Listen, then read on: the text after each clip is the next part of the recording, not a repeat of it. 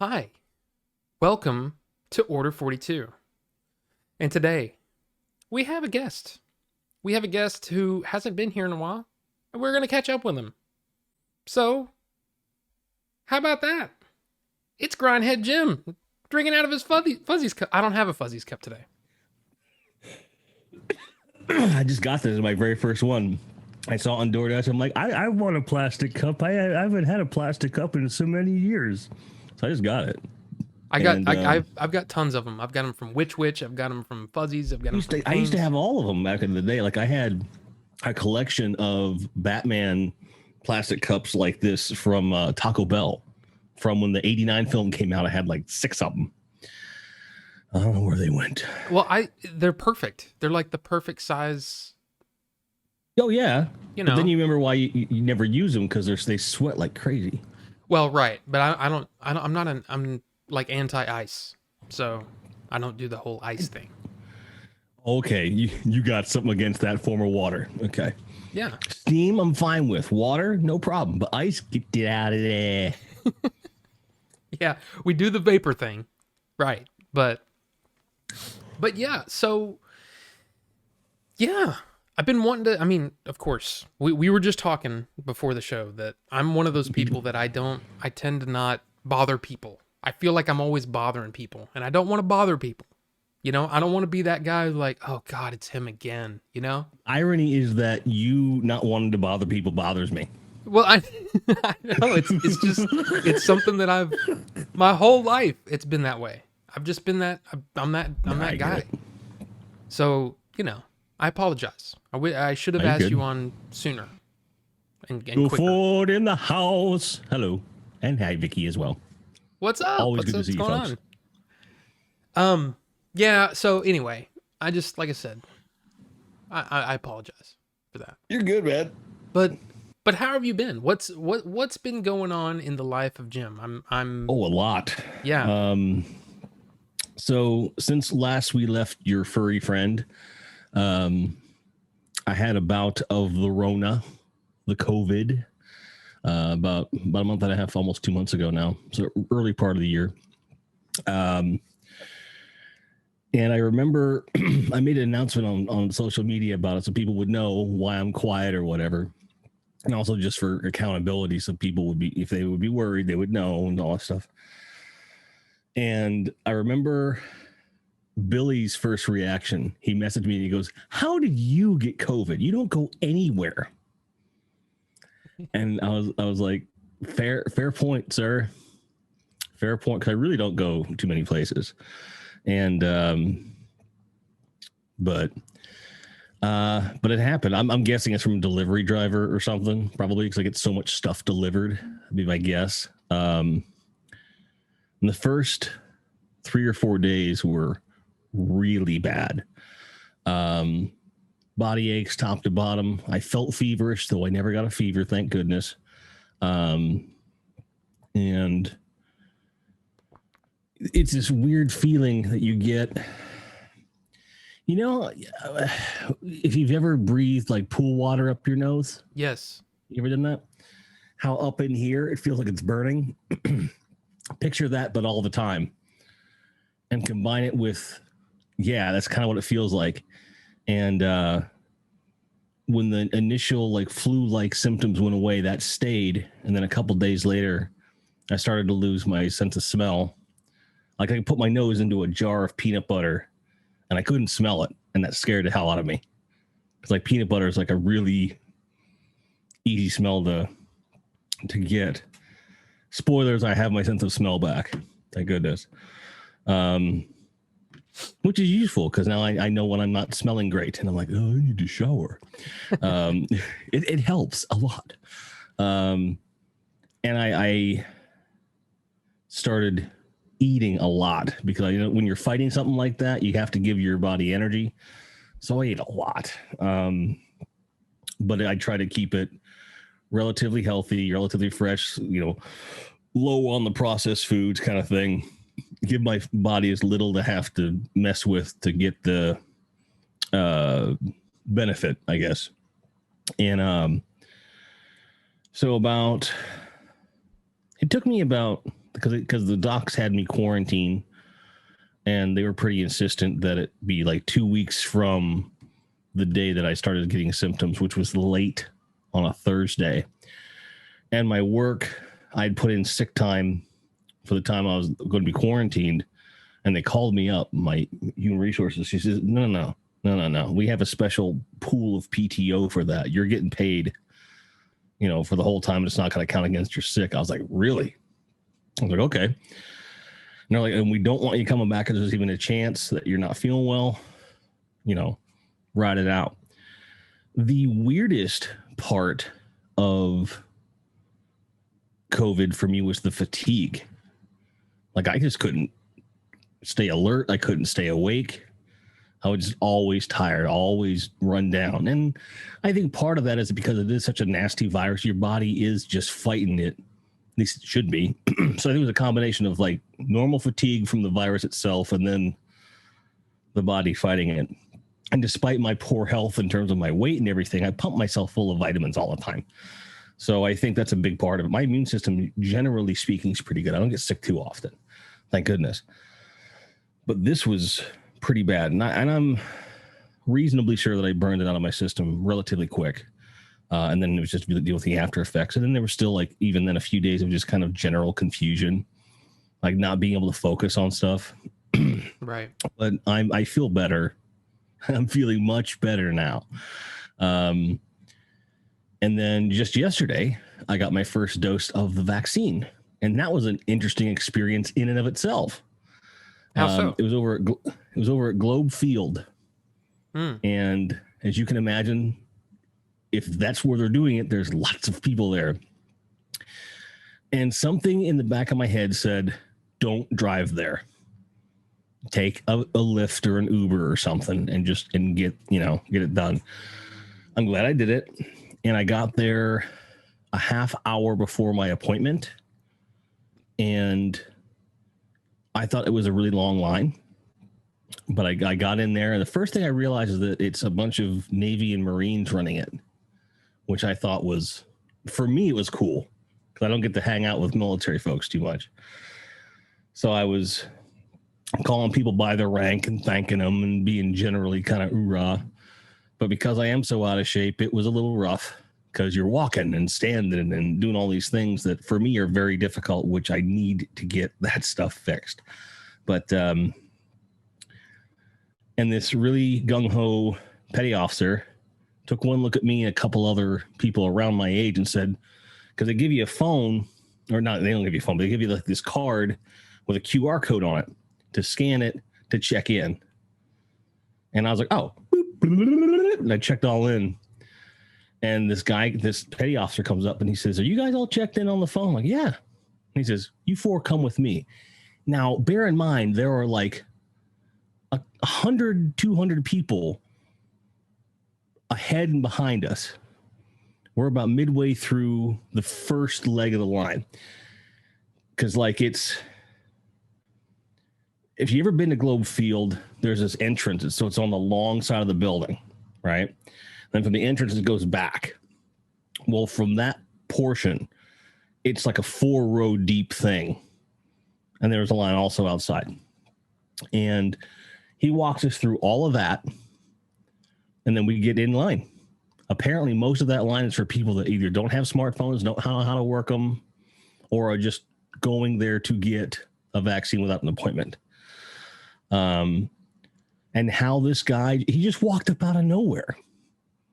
I have no idea how we got picked. And I know that if I had to stay in line longer than I did, it would have been really difficult for me. But they walk us through. He's walking at a young man's pace. And so by the time I get to the place where I get my shot, I'm like, with a mask on, which when you're at that stage of hard to breathe, mask can make it more difficult because you're breathing your own. Like at a certain point, it does not help. And so I'm like gulping breaths, and then they give me the shot, and then I walk around, and you have to sit for 15 minutes. They just ask you to set a timer, and I did. And this nice old lady's talking to me. She was a little senile, and I didn't realize it at first. So I got about the same question about 42 times. That was all right, though. and caught my breath. I was fine. Walked out, got a lift, went home. It was fine. But I was tickled pink that it was run by the military, which instantly for me gave me like confidence, because I've always had really good health care with the Navy, like really good. So, and it was run super efficient despite all the chaos. Like you could tell, like they knew what they were doing. They got you through it. And the shot that I got, it begins with a P, I think. I forget the name of the brand, but my immediate supervisor, Pfizer, yes. Oh. And my immediate supervisor at work, that's the one he got. And when he got the second shot, he said it knocked him on his ass. He said it only lasted about 19 hours, but it kind of took him out of commission. I'm like, well, you're weak, Eric. I didn't tell him. I did tell him I was joking. But so in 3 weeks, I expect to be fully like for about 19 hours or so. But I'm not worried about it, because that means I'll have everything built up. Because technically speaking, when you first have the virus, the antibodies are supposed to be good for about 90 days or so. So I'm right in the middle of that. So getting the vaccine on top of that, I feel pretty confident. I feel comfortable. And like last weekend, I went to the toy fair here in Arlington that Jay runs, which was a good time, man. It was fun. Walked in, saw Billy, shopped the shit, walked around a couple times, and not a lot of Godzilla. Very little Godzilla yet again. Well, just the wait. only person selling decent Godzilla stuff was Billy, and he wanted way too much money for what he was selling. And by way too much, not too much for what it was, but too much for what I wanted to pay. But I was buying little things and stuff, and I did get like these little chibi Godzillas, like the little chibi, like about this big, right? In like a little display box. It was imported from Japan, and I'd seen like these little guys just loose on Amazon for like $2 to $5 for a pair, like not a lot. And this guy wanted $40 for this box. And to be fair, because it was imported, because you did have the display box, even though it's a cheap box, it was like, it's not a bad price. But I'm part of the crew. I don't want to pay that much. I'm like, I don't want to. So I hit him with $20. And he goes, you're 25, 22.50. And he goes, all right. Well, that's my Amazon package. Be right back. Well, all right. Well, we'll just chat for a minute. So, yeah, there's a lot of this that I haven't heard yet. Jim and I, we talk quite a bit, but there's just some things that, especially with him going through what he went through, I wanted to give him time. But I'm also, like I said, I'm one of those people that just, I don't know. I do things that don't make sense sometimes. Not catching up with friends and such. I'm back. He's back. But yeah. There it is. What's funny is that I can't find this box anywhere online. Huh. Closest thing I found is like half of them in a box like this for like $120. Weird. So the guy knew what he had, but also didn't know what he had. Right. It was weird. Right. So yeah. Look, I gotta, on behalf of the Order 42 family, right? We're all very, very glad that you're okay, and we're happy to hear that you are now vaccinated. Both my parents have been vaccinated now, so I'm very happy about that. I think for us, as in April and I think our big concern is she has been known to have allergic reactions. So we're still doing research and stuff like that, but she's apparently the new Johnson and Johnson one-timer Yeah. is slightly less effective against the Yes. virus, Right. but it is Like that's a- basically, from what I've read, and anyone watching this, don't quote me. Look it up yourself. But what I've seen and what I think I've read is that it's very good at preventing all of the symptoms, but you can still get infected. right.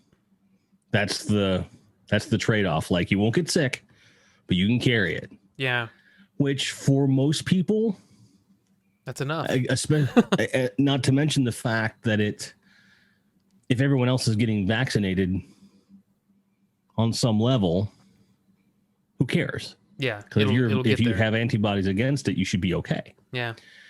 Yeah, EU Ford said 85%. So 85%. There you go. but see, the other thing too is that it's supposed to be less. You're supposed to have less of a reaction. There's less chance of an allergic reaction with the Johnson and Johnson one-timer versus the other ones. And then there's the whole other thing is that for immunosuppressed people, there's really no data. So it's kind of like, but I'm not able to take it right now anyway. I'm not in a flare-up. I'm not in any, danger from Crohn's or anything. So I'm sort of in like a remission period, which puts me in the phase 2, at least in Texas. So I'm waiting for phase 2. Bring it on. I'm ready to get this done so I can go lick some doorknobs. I mean, I'm not going to lick doorknobs. I'm not going to do anything crazy. I hope not.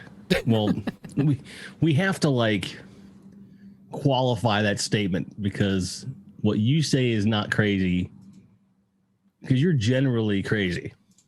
I don't know about that. Let's be honest. I don't know about that. You're not afraid of heights, therefore you have no fear. Well, I have no fear because I, stared death Almost in the face died a few times. Yeah. Right. So by that definition, more so than most people, you're fearless. Right. Therefore, some of you're a little nuts in a good way. It's not a criticism. Yeah, I admire your insanity. Okay. See, you know what it is? It's not honestly, it's not death that I'm afraid of. It's going back to the hospital. No, Going I to get the that hospital too. sucks. Man, it sucks. I mean, 3 weeks. That was the longest stretch that I had, and it felt like an eternity. Oh yeah, dude. It's nuts. And of course I couldn't, you can't sleep in the hospital, by the way. If you've ever been to, No, you really can't. There's too much noise, and every hour they're like, I want to check your blood pressure. My blood pressure's fine. Leave me alone. Let me sleep so I can get over this crap. But anyway. Yeah, and like, there's the gowns aren't comfortable. There's no comfortable hospital gown. The beds always feel like, because they're like rubberized and all that shit, so you can feel like the vinyl underneath. If you shit yourself, you won't ruin the mattress. Don't worry. Well, what's so strange about that though is that like I was always one of those people that I was always very self-conscious about my body and who could see me, parts of my body and all that kind of. That's gone now. I lost that in the Marines, dude. Yeah, it's gone. The toilet stalls had no doors in boot camp. Yeah, so you're gonna take a shit. Your bits are hanging out for everybody to see, and and it's fine. I don't know. I think the worst one for me was the not to get any too personal, but the enemas where they have to have to go from the bottom and they're doing X-rays and all kinds of stuff. I can't remember what it's called, the whole process, but yeah. Very, very, very attractive nurse. Young nurse comes in and she says, "Okay, let's get going." And I'm like, "You gonna be in there? Cause okay." And then I was like, "I don't care. Everybody's seen. There's probably hundreds of people that have seen all kinds of stuff for my body. So I don't even care anymore. But well, like, I think I told the story on the stream when I was talking about the Marines, but there was at one point I was drinking so much really crazy strong coffee that my whole digestive system shut down. Because it was too much acid. Okay, I'll tell you the story. So during the war, we were working 12. We were in 12s. So 6 to 6, a.m. to p.m., 4 days on, 3 days off. 3 days on, 4 days off. And then after that cycle, you switch 6 p.m. to 6 a.m. And it was like that for like almost 2 years. And it doesn't matter which shift I was on, I was drinking a lot of coffee. We had this big percolator tank. We used to call them R2D2. And we would buy the crappiest coffee, and we would always make it way too strong. And it would just be thick, and you have to put like tons of like powdered creamer, which is great for your body, and sugar just to get it to taste like something. And apparently I drank so much of it, the acidity was so high, my body was like, I'm not processing nothing. Like I stopped having bowel movements, and I was like, this is not good. This isn't good.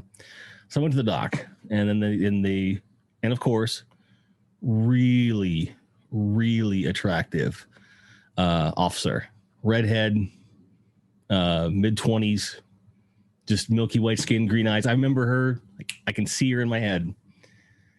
Under any other circumstances, I've been like, if we forget about rank, you want to go have a drink kind of thing. I would have, because this was right after I had split. I was single.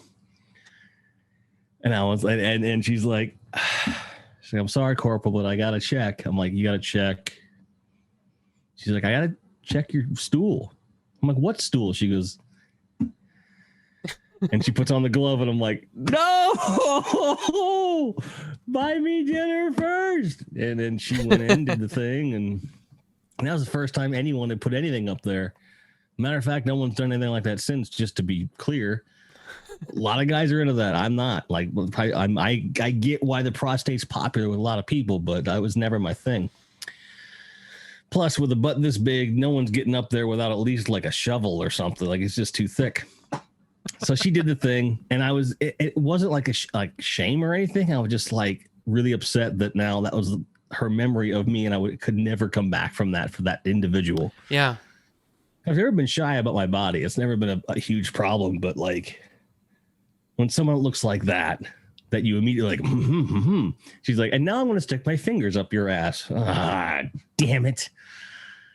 Not a lot of fun. It's a thing. It is. And they always send the hot one in. You know, I don't know why. I mean, don't get me wrong. It softened the blow, so to speak. You know, but yeah. So they found out that there was like an imbalance of acidity. So they gave me some medication to kind of bring everything back into balance. And like, you got to stay away from the acidity. If you got to drink less coffee, avoid this. And in time, you're going to be okay.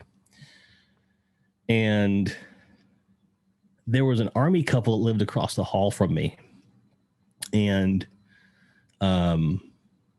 I guess they had heard me saying something on the phone as I was walking up the stairs about having to stay away from acid.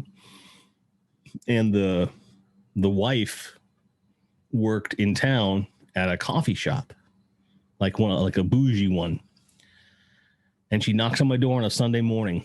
Corporal, I'm sorry to bother you. I'm like, no, it's not bother you. You okay? You need something? She goes, actually, I have something for you. I'm like, because it could be anything at this point. I'm like, what's going on there? Like, what's going on? And she pulls out of this bag a coffee, like a bag of coffee. And I was like, oh, honey, I got to stay away from that stuff for a while. She goes, no, I hope you don't mind, but I heard you say something about needing to stay away from acid. These are the lowest acidity beans that we have. And they're for people that have conditions like yours. I didn't want you not to have coffee. Thank you for everything you do. And I went back there to get some more. That's like a $20 bag of coffee. She was just like, here. And I drank that for a while. And then eventually I went back to the normal Dunkin' Donut swill that I drink now. But so it's nowhere near the harrowing tale that you have. But it was certainly an interesting experience, to say the least. Yeah. Man. And Eagle Ford said, remember the blowout and the lady came in to check your breathing. The only one I really remember is when, you know, the surgeon's in there saying, yeah, you're not getting better. We got to do another surgery. And the guy came in to check my breathing and I yelled at him. I remember that. I remember like, get the hell out of here. he was like, hey, I'm just, you know, it would have been hilarious if, you know, there wasn't a chance of me dying in the next couple hours. You know what I mean? But yeah, you know, that kind of kills the joke a little bit. Yeah, a little bit. Yeah. Yeah. So let's get away from the health stuff for a bit.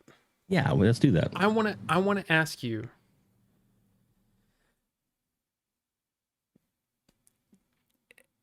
DC, the DC universe. Do you pay attention to it at all? A little bit. I am excited for the Zack Snyder cut of the Justice League. I want to see what all the hoop-de-doo is about. Yeah. It's either going to be amazing or going to be like, really? You guys were that excited about that? Okay, well, at least now I know. I have a feeling it'll be somewhere in the middle, honestly. Yeah. That'll be just above decent. Like, it'll probably be a more cohesive film. Probably have more consistency in tone, which is all I ask. And it'll be more of a spectacle, like actual spectacle, as opposed to whatever that crap was with Steppenwolf. I really hated that. First of all, that's not Steppenwolf. It's not what he looks like. Number one. 2, no. 3, no. 4, no. So yeah, I'm reasonably excited to see it because I think it'll be a better version than what we got. But that said, I saw Justice League for the first time a year ago, and it was okay. It was okay until the end. The ending, the third act, just blew it. I have to be honest with you. I've seen the Batman v Superman twice, and only seen the Whedon cut once. Me too.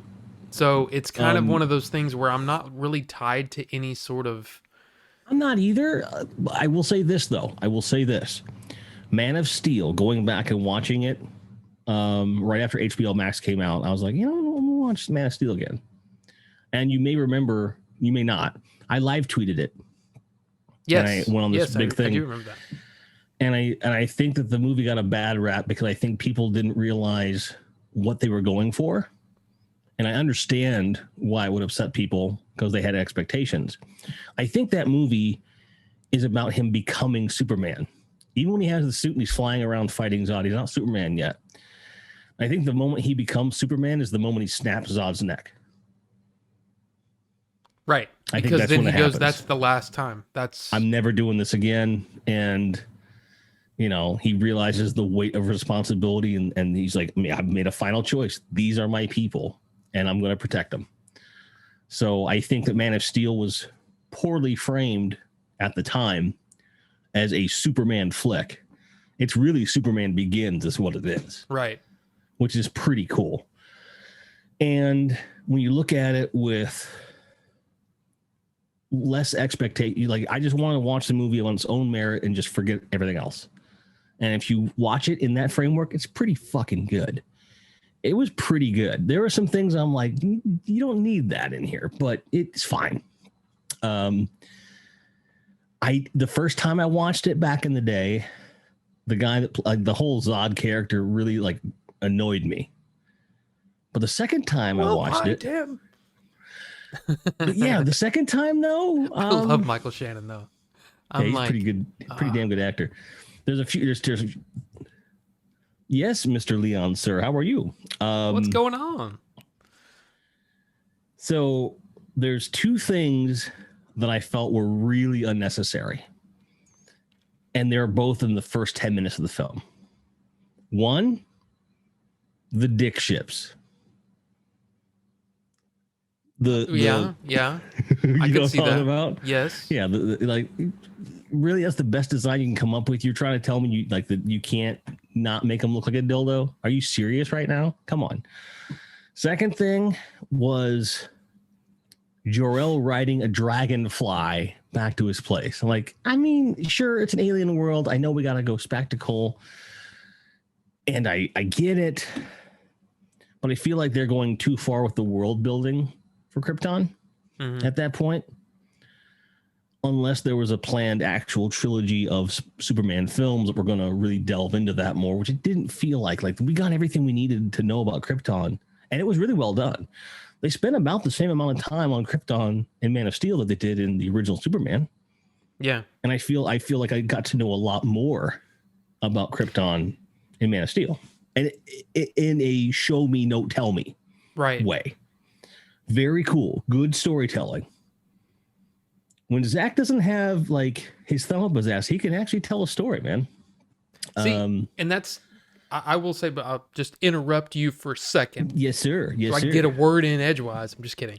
No, I've always thought that Man of Steel was one of those that, yeah, you have to separate yourself from what you know about Superman already and what your expectations may be. And if you watch it, again, I've said it, how many times? If Bucho was here, he would tell you, I've said this like a lot, like thousands of times, is that your expectations are great. And, you know, doing your fan theories and all that speculation is fun. But you have to separate that from what you actually get, because it's unfair to judge a movie based on what it can never be. But anyway, I liked Man of Steel quite a bit. So, good. I think, you know, a big part of that for me was Hans Zimmer's score. I thought his score was just second time around, it definitely kind of elevated a bit. I love the effects. Like I recently watched a video that someone else had watched it again with fresh eyes, and they had like this 30-minute analysis on it. And he brought up an interesting point. He says, "How did I forget that? Like in the third act, Superman fights a gigantic robot. How did I forget that? That's an amazing set piece." And I was like, "Oh yeah, he did do that. How did I forget that? That was an amazing set piece." It's a good movie, man. But at the time, we're all like, "It's bullshit." And I think it's because we were. Look, I went to see Superman Returns in the theater, and aside from it being a really slow-moving flick, I enjoyed it. Yeah, it was the right tone overall. I just felt it lacked action. The story was fine. There were some holes in it, but it was a good story. And it was about it. Like, if someone told me, all right, they're going to do a movie that perfectly captures the Christopher Reeve essence without Richard Donner or Christopher Reeve in it, I'm like, I don't think you can do that. They did it, and it was good. However, the third act is it's messy. He punched an island. That's all he did. Now, I like the idea of like the whole he almost dies at the end and all that stuff. Like, I thought that was really good, and it was like, okay, see where you're going. I will say that this whole thing about him having like a kid that has superpowers, why? What's the point? Now, granted, if it's a direct sequel to Superman 2, I get it. The only other thing I had a problem with in terms of continuity, Superman and Lois Lane are about 10 years younger than they were in the movie before. Yeah. At least in how they look, because Margot Kidder aged horribly in those early years. Like, she looks fine now, but like from the first Superman to even Superman 2, she looked like she's aged 15 years, even though they're filmed at the same time. I don't know, or rather 3. Superman 3, I watched part of that the other day. She looked horrible in that movie. That movie's horrible. Like, I can't. Yeah. Look, there's a lot of people that look at those movies like 3 and 4, you know, through their kid goggles, right? From that time. I can't do it. I can't either. It. Like, they're bad. There's like little pieces of them that I enjoy. Like all the Richard Pryor stuff, even though it's really kind of contrived compared to his other stuff, it's Richard Pryor doing some cool stuff. I like his angry whole, like, Superman. I do, or was fun. Superman that doesn't care. Drunk Superman, yeah. I did like that. Like the dingy clothes. What's funny is that his dingy suit ended up being like the main suit in Man of Steel. That's kind of interesting to me. Yeah. In terms of like the color and stuff. But like seeing Chris Reeve really bust out and go nuts, that was cool. Like, because Christopher Reeve is a person, like, you never see him angry. Like, he's like the nicest fucking dude. Yeah. So it was interesting. He was an impressive guy. I really enjoyed him.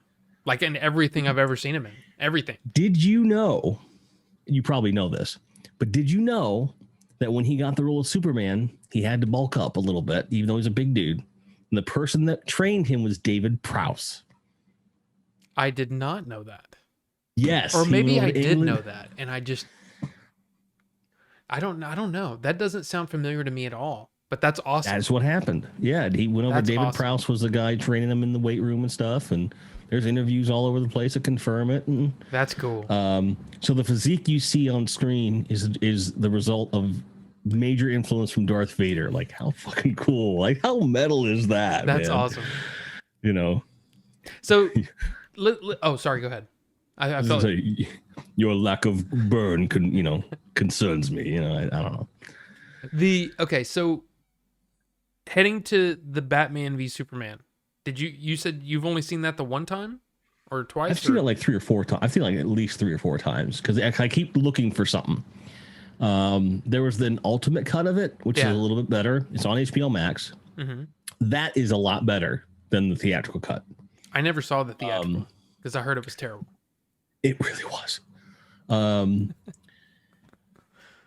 Honestly, I can boil down my issues with that film to a couple things. Quit being an idiot, Batman. Yeah. Martha, that's kind of dumb. I absolutely despise the Lex Luthor characterization. It's pretty absolutely bad. Despise it. It's a miserable. It was a great performance. Wasn't the right character. He was doing a great job of performing, but not as Lex Luthor. He was somebody else. Right. So I don't buy him in that role. Great actor, wrong choice. Although all the motivations for that character made sense, the timeline of how he got things together and using him to create the fight, I liked that because you have to like give him a reason to fight. I totally buy that. However, the fight that fight could have ended before it started if Superman wasn't stupid. Yeah, right. You don't understand. You lead with the thing. Don't. Like, my mother has been taken hostage. I have to do this. Right. Like, just start with that. Right. Start with that. Don't be so fucking vague, you stupid idiot. Well, and that's the thing that bothers me in any movie, regardless of whatever. If the conflict can be solved with a simple conversation, that's not drama. Right. That's bad writing. Right. Yeah. And I can buy that rationale. I could even argue that even though I have defended The Last Jedi in a lot of ways, some of that crap could have been solved with a simple conversation. Right. So here's my, if I was going to punch up that script for Batman v Superman, here's what I would have done.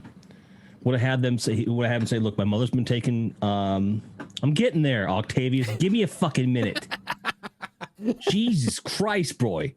How's it going, Octavius? Welcome to the stream. The first thing out of Jim's mouth is, shut the hell up. I'm getting there, damn it. So he lands and says, listen, my mother's been taken hostage. Yeah. This fight, we have been manipulated into this fight. But we have to make it look good. So don't hold back. I won't hold back either. I won't let you die. You don't let me die. And we'll figure this out. So they still get to do the fight. And then they get to know each other during the fight. It could have been a really interesting vibe. It could have been almost like sparring. It'd be like, wait, your mom's name is Martha too? Yeah, dude. Kind of crazy, right? I know. Did you really make a That would have kryptonite spear? Yeah, I got it right here. Like, don't flash that at me. You could have been like this really. See, that like, would have left been turn. that would have been interesting. That would have been interesting Yeah. to see that. And then you get Kevin Smith to write the dialogue for that part. Yeah. Would have been fun. I don't know. The whole. I think my biggest issue with. I'll tell you. Okay, so Batman v Superman, Man of Steel, pretty much any Zack Snyder movie. And then the one that always kind of comes to mind for me is has nothing to do with Zack Snyder, but it's Arrival. To me, a lot of you remember did you see the movie Arrival? Oh, Arrival? Yeah, with the aliens. Who was the star? Amy, isn't it Amy confused. Adams? Isn't it? Amy? No, I haven't seen it. Okay. Well, anyway, one of the things that always bothers me about certain movies is when there's this sort of philosophical idea and it's presented in a way that, oh my God, I can't believe you don't know this. And it's like 14-year-old level philosophy. Right. But it's just overblown. You know what I'm saying, right? I know exactly what you mean, but I will give you a counterpoint of the fact that most average people, they don't study philosophy. Not like you and I do. So you have to give it some kind of, but the thing is, like, Matrix did Eastern philosophy in such a way that was really compelling, but also didn't assume you were stupid. Right. It's so kind it of can like, be done. It's think about it this way. This is something that I've said, or I've kind of mentioned before, but it's one of the things that I was guilty of when I was a teenager. Sure. When you learn something, you're so excited about learning it that you started explaining it to people as if they don't know it. And most people are like, yeah, dude, that's the way it works. But I'm like, no, you don't get it. It's like this. Right. And they go, yeah, that's completely obvious. And that's exactly how it works. That's how a lot of the philosophy and the big stuff that happens in Zack Snyder's movies, that's how it feels. And it makes me go, okay, let's move on. And then he spends a long time. Then there's the whole, slow motion shots and come on, man. It's self-indulgent. Yeah. Before I get to Doomsday, because I am going to get there, I really like the subplot about the guy who blows up the Congress or whatever. I really enjoyed that. I think it was a really, really, really cool plot. And the extended cut really delves into that a lot more, which is really cool. It's almost like the Sokovia thing, like in the Marvel stuff, because it's that was really cool and all this really amazing action happened, but there were consequences. Oh yeah, and that's always kind of cool to throw in. It was a smart move, and I think that I think there was always going to be elements of that in that film, and that the fans reacting badly to the destruction in Man of Steel, he kind of bumped it up a little bit. I think that's where the opening scenes were born, which were really well done. So here's my thing on Doomsday. I have two problems with Doomsday. Really two. One, Lex Luthor's blood plus Zod, right? Mm-hmm. Don't buy it. Not for a second. Number one. Two, that should have been an after credits scene. However he gets created, and then he goes, and that's your after credits scene. Because you could have had a really good film where Batman and Superman reconcile, find Lex as he's about to, or has already done whatever he's going to do to create Doomsday, and they don't realize it. They haul him off to jail. And then your after credit scene happens, and bam. And now you get a whole movie. Yep. Where you can build up to the death. And you have the beginning of what Justice League would have been. And the Justice League movie could have had a lot more room to breathe. I think they were just in a rush to catch up. They were playing catch up to Marvel. I think that's what they felt they had to just cram so much in. And it's like, you don't have to do that. You got it. That's well, that's the biggest problem with all of it to me. Like they is rushed that everything. they're in such a rush that they forget how to actually tell a story that's compelling, and it doesn't have to be an epic, you know. I mean, it's something that I posted, in the Discord. Hey, join the Discord. But yeah, it's one of my favorite things that Roger Ebert ever said. You know, a good a good movie is never too long, and a bad movie is never too short. True. So it's one of those things. You know, if you take your time, make sure that it's quality, and you know, I don't know. But my biggest problem with Doomsday. Yeah, go ahead. My biggest problem with Doomsday is the security on Krypton must have sucked. So anybody can just walk in and take control of a whole ship? Right. You kidding me? Right. I just don't get it. You're not even human. Get the hell out of here. That's what that ship should have said. You're not even Kryptonian. Huh? You're not even Kryptonian. What did I say? Human. Oh, yeah. He was, yeah. Sorry, yeah. You're not even Kryptonian. Get the hell out of here. Yeah. Why? Like, he gets the whole ship just... This random human that walked in here, let's just give him access to a cloning facility. Well, I will say this, that the body double for Zod, like the dummy they had, was really good. Oh, yeah. Yeah, it was insane. Like, it was eerily, creepily good. You know, and I will also, like, having Zod be, like, part of the base for Doomsday, I buy. Just the Lex Luthor blood going in, like, how does that... it just doesn't make sense to me. I get it, it's a plot device, and I understand that, but you can come up with something better than that. It's literally like, oh, we need Doomsday in the movie. Well, how are we going to do it? Right. So it's basically you've got your set points, and you're just trying to build bridges between those set points. And that's like my problem with for example, like, all they would have had to have done was say they're trying to clone Zod, and because of some wreckage, like some like coal or rock or something fell into the water. Between that and then him being in the water, just him standing there, Lex, it tainted it, like it mutated him, because there was technically other stuff in there, like if his dandruff got in there or something. You know what I mean? Yeah. You don't have to have this dramatic like, oh, here's my blood. Well, and he's been dead for a while too. You know, so I mean, there's a lot of things. All those things combined, right? So now you have like this Kryptonian revenant, which is also a great word, by the way. Love that word. It would be cool. Like they're so much of Zack Snyder's stuff. You can almost see where the spark of the idea came, and then some idiot swooped in and dumbed it down. So I think Zack Snyder has good ideas, and shit gets in the way of it a lot. Sometimes himself. Yeah. Because if you look at 300, that's a flawless movie.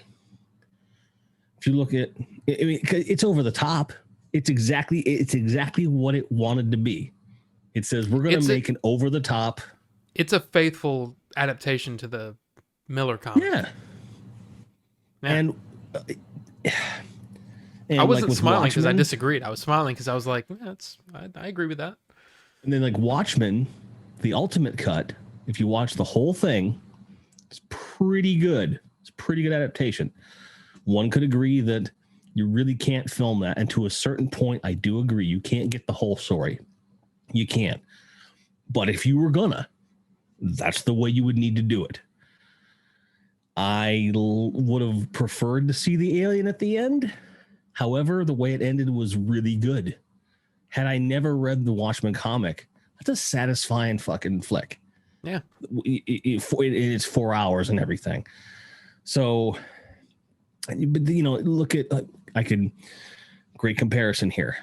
WandaVision is the Watchmen ultimate cut of Marvel, because it's a long story, draws from a very specific source material, deviates in some pretty big ways, but still gives me a great story beginning to end that works within the context of what it needed to be, and is amazing.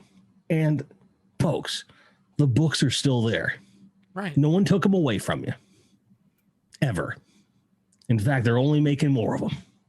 Let's chill out. Yeah, I've got a list. Dude, I've got a list of there's just too much. There's too much content, too many comics, too many arcs, too many books, too many movies, too many TV shows. It's gotten nuts. But anyway. So okay. So go ahead. Sorry.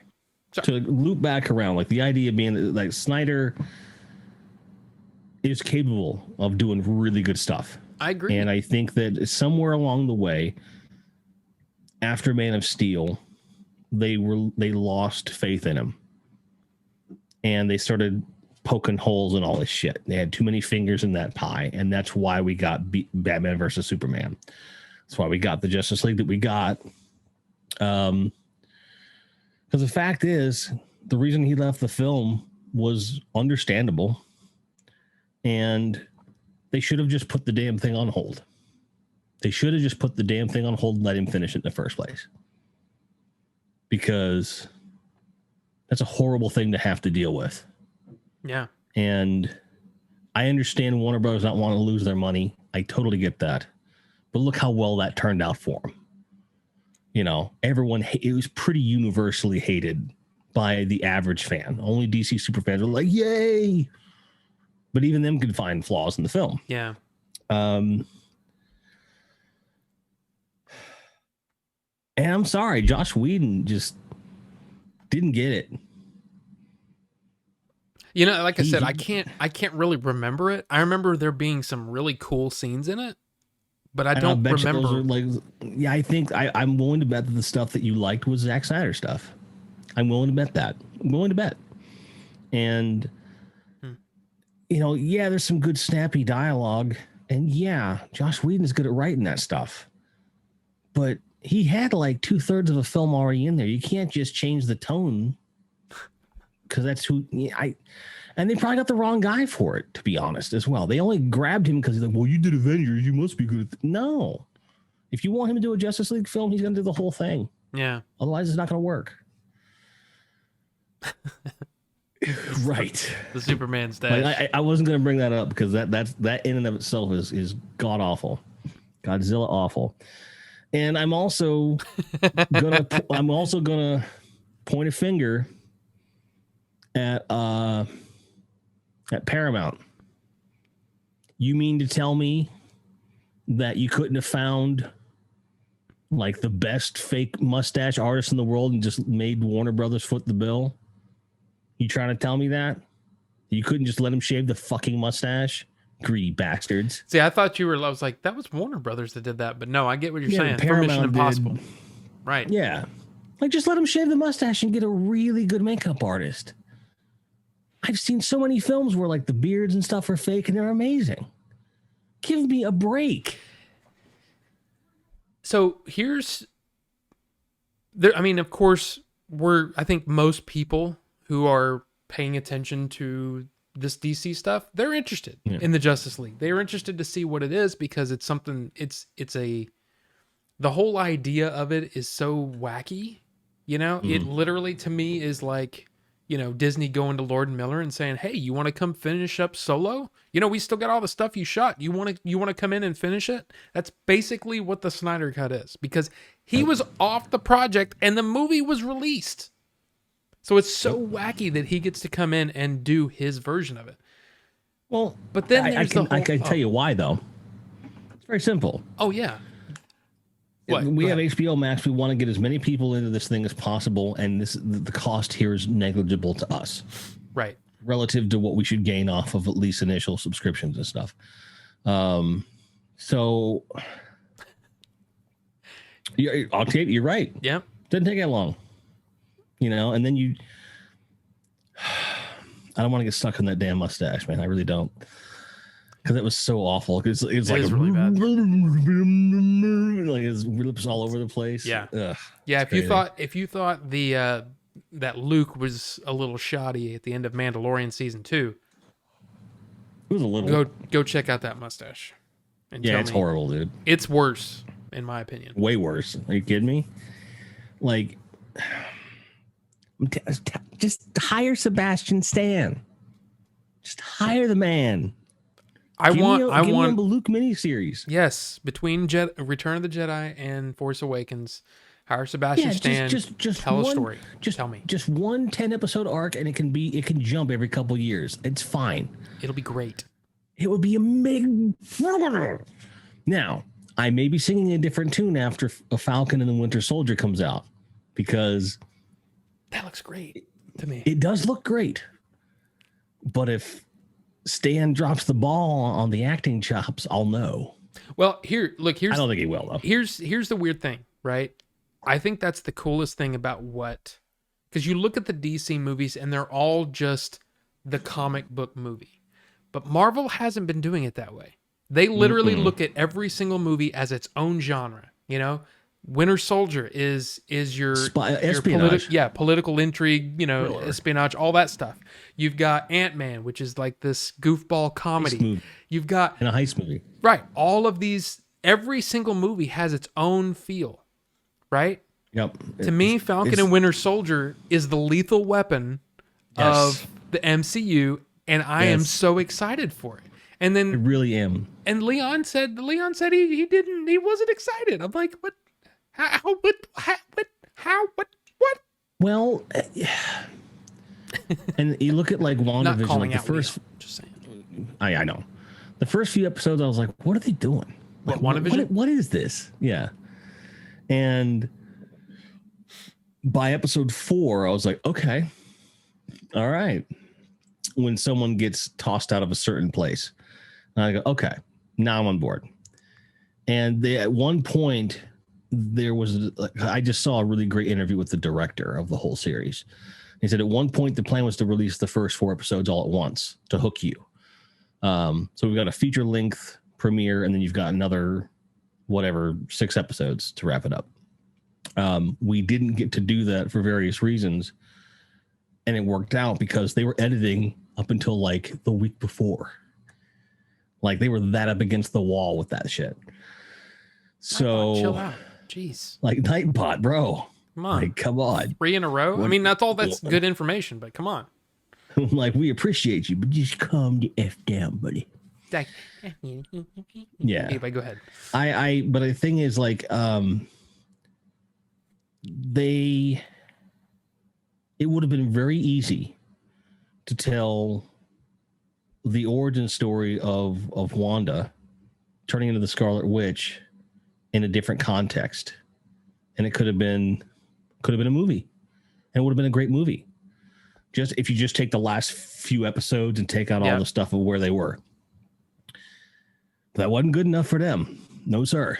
They were like, no, we're gonna really bring some cool stuff into this and do something we've never done before. And I really, really enjoyed it, and I think that it did a lot for pushing these characters forward, and it earned everything that it did. So that when she does put on the spoilers, if you haven't watched the ending of WandaVision, mute for the next 20 seconds and mute. So when she finally has the costume, it's earned. And they call her the Scarlet Witch. It's earned. Okay, you could unmute now. But it was so good. Like they really, like how when they first introduced that character, I'm like, that's not who that is. But just like with Man of Steel, I was like, oh, now it wasn't an intended thing. I think that they found that they had earned enough goodwill with the fan base that like they've accepted Guardians, they've accepted Doctor Strange, and all this cosmic stuff we're doing. We can go full tilt, and we have all of the characters back now for the most part. We can just do whatever the hell we want. We can experiment. We can take risks now bigger risks than we have in the past, story-wise. And we're confident they'll pay off. And boy, have they. And, they're doing the same thing with Baron Zemo. Mm-hmm. He's going to have the mask and everything. I'm like, yes. Look, it's one of the things that, I don't know. Kevin Feige has got some balls because he's like, we've got people. Wait. So you're thinking that there's going to be some comic book fatigue? Really? How about we have 10 properties coming out in 1 year? 10 different properties. That's ridiculous. That's not enough. It's ridiculous. And here's the thing: as long as the quality's good, I'm down for all of it. Exactly. Give me everything. And WandaVision. I wasn't excited for. Yeah. I'm sorry. No, it was good. It was. And Quan Chi, I just wasn't excited about at all. But I'm like, well, the Mandarin's going to be in it, the real one. Dude, I'm down. Yeah, and the thing is, like, I said the same thing about Guardians of the Galaxy. I'm like, this should be interesting, but I'm not excited about it. And then I saw it, and I was like, that's pretty fucking good. And I became a James Gunn fan. Like, I already was, and I didn't realize it. Like, I didn't know the stuff he'd done for Troma. I'd seen it, but it didn't click in my head. Because I'm a big fan of Troma. And, like, I remember renting The Toxic Avenger and watching it for the first time going, this is amazing. And just not having any idea what I had, like, where this fits in the pantheon of movies. Not knowing that Lloyd Kaufman was like a PA on Rocky, of all things. Did you know that? Lloyd Kaufman I don't worked know on a whole Rocky. lot about. I mean, I know of Troma, but I haven't seen much of that stuff because that came out at a time when I think I was still. There was a period, and if Eagle Ford is here, he could probably tell us more about this if he wanted to. I'm not putting him on the spot, but there was a bit of sheltering that happened when I was younger. Oh, sure. And then there was a point where the doors got blown open, and I don't know if it's because I saw the wrong movie but yeah, I started watching everything. But Toxic Avenger is one of those that I never checked out. That's your homework assignment. It's fun, but it's way over the top. Even by today's standard, it's crazy over the top. But even by 80s standard, it was like, all right. And as a 10, 11-year-old kid, it's like, oh, okay. And then I saw Romeo and Juliet. That's the one. Yep. He did do Poltergeist as well, which was good. And Troma, there's a lot of good documentary stuff out there on where they came from and how they do things. Super guerrilla, like cinema. As you probably know, he's guested on AVGN before. It's a great fanfare. Just really fun movies that apologize for nothing. I would be surprised if Jay's not a fan of those, because those at least the first handful of those. Take care, Bucho. Bye. Oh no, he's here. He's coming in. Oh, I thought well, good day, sir.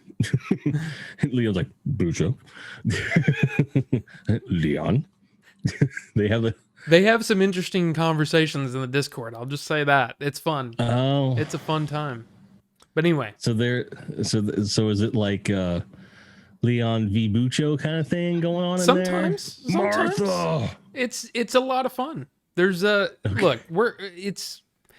it's a thing, Bucho and I we'll go off on MMA stuff, and then we'll argue about this, and then we'll talk about this thing and all this, and look, it's a thing. It's everywhere.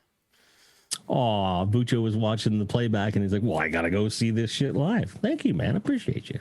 Bucho's yeah, it's one of the good ones. Wait, that's now. Yes. But anyway, Troma, Toxic Avenger, homework assignment.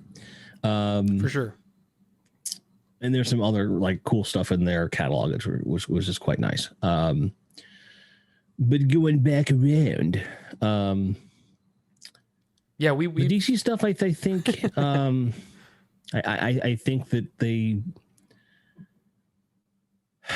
For me, what happens after they release the Zack Snyder Justice League is what's going to define them. I think they have some good ideas with this new Batman film, but it isn't world building. It isn't universe. I do want that for them. I just don't know how they're going to accomplish it. I do think that their strength is in standalone films for the most part. But like, look at the Nolan-verse Batman stuff, right? There was a huge world building moment there, and it did set a stage that could easily have, like, it should have been the Iron Man of DC. And Man of Steel, I think that it was just marketed wrong. Yep, it didn't connect. Just marketed wrong. It didn't connect with people. If they just said, this is the Batman Begins for Superman, like, he's not Superman yet. Not really. By the end of the film, he will be, and you'll understand how. As if they'd have said that, I think a lot more people would have been into it. But I saw that an early screening of that. I was lucky enough to, and that was I immediately loved it. But then I started seeing, especially when it came out back out on video or whatever, I watched it again. I was like, the tornado scene's kind of dumb. Kevin Costner's just doing this, like, no, let me die. It was weird. It was weird. But look, the thing is, what we were talking about, we went from Man of Steel, Batman v Superman, Whedon cut. Yep. Now we've got this Snyder cut. So that was the Harry and Meghan. We're not going to talk about that. I haven't watched it. I'm not even sure what's going on. I don't either. I don't know what's going on. Basically, all I've been able to glean is that there was something in there about basically talking shit on the royal family about how they treated Princess Diana. And if that's what happened, good for him. Anything other than that, I don't care. I don't. But here's, in a weird way, one of the things that I'm most curious about with the Snyder Cut is how the aspect ratio will be received. Do you care? That's one of the things. It's in 4:3, right? It's in 4:3. Shot like what is it? 1.66 to 1, which is the Imax format, right? The square format. Yeah. It's a problem. You think it's a problem? Well, I'll put it this way. If it's designed to be on IMAX, I understand it. I understand why that choice was made. Okay. Now, would I support them cutting off the tops and bottoms so I get my 1851? No, I wouldn't support that either. So my point is that I am grateful that they're giving us the entire picture, the vision as he envisioned it. But knowing Snyder's propensity for frantic action, I can't imagine seeing it in an IMAX. Like, it would be too disorienting. So I've never seen a film in an IMAX theater that wasn't a documentary. Like, I saw some like sciencey stuff back in the day, which was really cool. I saw like this underwater documentary about sharks, and it was like a 2 hour, and you're like in the ocean, and you're like, oh, this is so cool. But I can't see watching a real film on that. I just can't. I can't imagine it. I don't want to. Those theaters make me uneasy to begin with. Yeah. Because they have that slope there. You always think you're going to fall forward out of your seat. Yeah. I don't like that at all. Like, that doesn't do well. But so because he made that choice, I don't agree with that choice to film it that way. So there's where my, like, I don't like that. But the decision to show the entire like the entire range of the footage, I agree with, because I don't want to lose anything. But my disagreement comes from, like, what are you doing, Zach? Like, Yeah, and I think that's my biggest issue with it is that it's kind of like going back to Stanley Kubrick, right? He filmed his movies 166 to 1 Mhm. in the square format.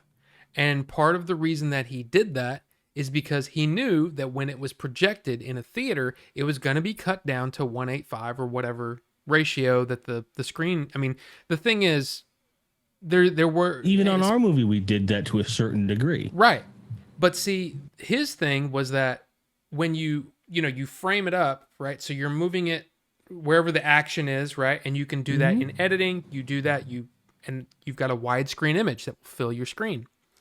But then when it comes to TV, they can just do the full image. So technically, you're actually getting more information that was shot on a TV presentation with your regular old boxy TVs. With this, it's a weird thing because I feel like a lot of people are saying, "Oh, there's so much. We're getting so much more screen." And I'm like, "But you've got these big black bars on the side of your big, TV and stuff." Yeah. So that's what I was curious about from your perspective, because I'm a purist, right? I want to see what the director intended. If that's what he intended, I'm down with it. Right. And I'm the same way. I just feel that what the director intended was a stupid ass decision. But channeling a little Nick Fury there. But based on the fact it was a stupid ass decision, I've elected to ignore it. It won't take me out of it, I don't think. Because here's the thing. I'm the guy that loves a 1.8. I like 16:9 1851. Yep. I like a full screen. Yep. I love that. So much so that when I went from a CRT, I had a 36-inch flat CRT, and I moved to a widescreen. I did the math and found out that a 42-inch widescreen was the same screen height, but now you got the wide. And that for me was the perfect jump, right? And I was right. And when movies are shot in ultra wide and I still have black bars, I'm like, why can't I just, So when I'm watching something on my computer, which is the same aspect ratio, and I'm using like a Media Player Classic, I will stretch the image. If it's a 4:3, or if it's I don't like black bars. But lately, because of streaming services and you're not being able to really manipulate the image, I've gotten used to it to a certain degree. I just kind of like, I'm whatever. But if I could wave a magic wand and make everything 1851, I would do it in a heartbeat. I was recently and we may get into this more in depth later, but lately I've been on a string of Eastwood films. Stuff he starred in, stuff he directed. I've watched 13 Eastwood films in the last couple days. I did that a few years. Man, I don't know how long ago. I'm just really into him lately for some reason. Because I was watching a lot of military-based stuff because I was just feeling like I wanted to get back into that mindset a little bit. And Heartbreak Ridge is probably the best Marine Corps film ever made. I own it. Never seen it. So good. I'll watch it. It's cheesy, but you basically have this. It's kind of like Stripes to a certain degree. If you dropped Clint Eastwood into the middle of it, get out there. You're going to be a Marine. And there's some. I don't want to spoil anything. I'll watch it though. It's a really good, but it kind of starts this. You may notice that the films he made from there on, even the Dirty Harry stuff that followed it, almost all of his films were about a guy who's aging, coming to terms with the world around him is changing. Right. Even the stuff he directed and didn't star in, there's a theme of that. Just before I came on here, I finished Mystic River, which I'd never seen before. I've only seen that the one time. That's a depressing fuck movie. But I remember that. Good. It was good. Anyway, so we're watching a lot of Eastwood stuff, and I noticed in Magnum Force in particular, Magnum Force is the direct sequel to Dirty Harry. Mm-hmm. Then you have Sudden Impact, and then there's 2 more. The last one being Deadpool, which I enjoyed. It is the weakest one, but it's fucking Dirty Harry. Come on. But there's a few scenes in Magnum Force, and I'm watching them on HBO Max or Prime, so that I'm getting like the HD presentations and stuff. And there's a scene early in the film when they're inside like the captain's office, and they're doing the whole like, "Damn it, Callahan, blah, blah, blah, blah, blah, blah, blah, blah, blah, badge in your gun" kind of situation. Right. But there's this weird, you can see the film is scanning. You can see it move within the frame. And I don't know if that's the edit that you're talking about, and then the transfer has kind of revealed that, or if the original aspect ratio of that movie was different and it forced their hand in some spots. I'd have to look it up. But it was so noticeable. So when you brought up the whole, they can move the frame and this and that, and I was like, I seen it just like 2 days ago. I remember, and yeah, the 4.3 is close to IMAX, but it is also closer to the average comic book frame. True, but that's also, it's debatable, because how do you when they do Snyder the full, comes out and says, if he says, "I did it because it looks more like a comic book," I'm gonna punch him in his stupid ass balls. Okay. 300 with 1851. Get over yourself. I think, idiot. I think what it is, see, I've always been a purist. It was, and I can't remember where it happened. Somewhere in the 90s or late 90s for me. It was prior to DVD. It's probably because I was working at Blockbuster. Yeah. When I first started working at Blockbuster, before I got my first DVD player, I got the widescreen edition of Star Wars. And it blew my freaking mind, because I'm sitting there going, oh my God, there's Snaggletooth. I had the figure as a kid. I never saw him in the movie before. Yeah. And that's one of those things where I didn't realize that I was losing so much of the original image. So I always said, you should always watch it the way the director intended, because that's blah, blah, blah. Right. In this case, Snyder intended it to be shot, or intended it to be shown that way. If you look at some of the examples that people have put online about, oh, well, here's what it looks in the Whedon cut, and here's the same scene from the Snyder cut. I'm like, yeah, there's a bunch of junk on the top and bottom that don't matter. It's just like if you compose the image if you got a square and you have information from corner to corner that's interesting, great, I'm all for it. But if you still framed it like a 185 and you just got extra stuff on the top and bottom, screw that. I'd rather it be cropped to 1.85. Right. Yeah, so it remains to be seen whether or not it's going to be interesting. Yeah, I right, Bucho? I think character dialogue and stuff will probably be cool. Close-ups will look more full, stuff like that. I've always preferred. I think the initial decision is dumb, but I support the decision to show it as it was shot. Yeah, exactly. I would be interested though for them to have an alternate version of that cut that does have the 1851, just to make it more accessible. So you had brought up the widescreen thing though before we get too far off. Oh yeah. So like I remember getting the Star Wars widescreen THX box as well, and was really into it.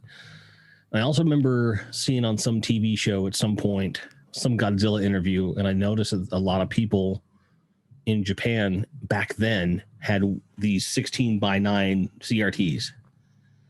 And I remember thinking, wow, would it display right if I watched a widescreen on that? And I always thought, how cool would it be to have TVs in that format? Just a few years later, we got that.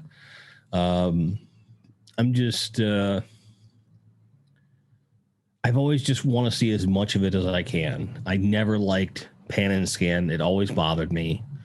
So, and you could see that digital framing when it sometimes in the older movie it would, when somebody walks. That's what it looked like in Magnum Force. Yeah, but it was a full screen. I was like, what am I missing here? I don't know. They might have filmed it in 4:3 for all I know. I don't think they did, but they might have. But that's a great movie. Great movie. Well, see, Full Metal Jacket is one of those where it was shot that way. Yeah. And one of the things that I remember, and this was, I don't know how many years ago it came out on the 4K, right? The 4K Blu-ray. But they were, 3 years ago. Some people were complaining about the fact that you're not getting the full 1.66 ratio in 4K. You're getting the cropped in 1.85 or 1.78, whatever it ends up being. It should give you both. Yeah. In the case of that, it should give you both. I think I'd be interested. And see, that's the weird thing. Because it's for Kubrick, it wasn't a matter of I've got all this information in the 4:3 image that I really want preserved. It was I want the presentation to look right no matter where you watch it. And that was a smart move in his case. And to a certain degree, I'm willing to bet on some level that was part of Snyder's motivation because he knew it was going to be shown in IMAX, for example. Mm-hmm. But I feel like I have a feeling it's going to be what we're worried about, which is it's just extra crap no one wants.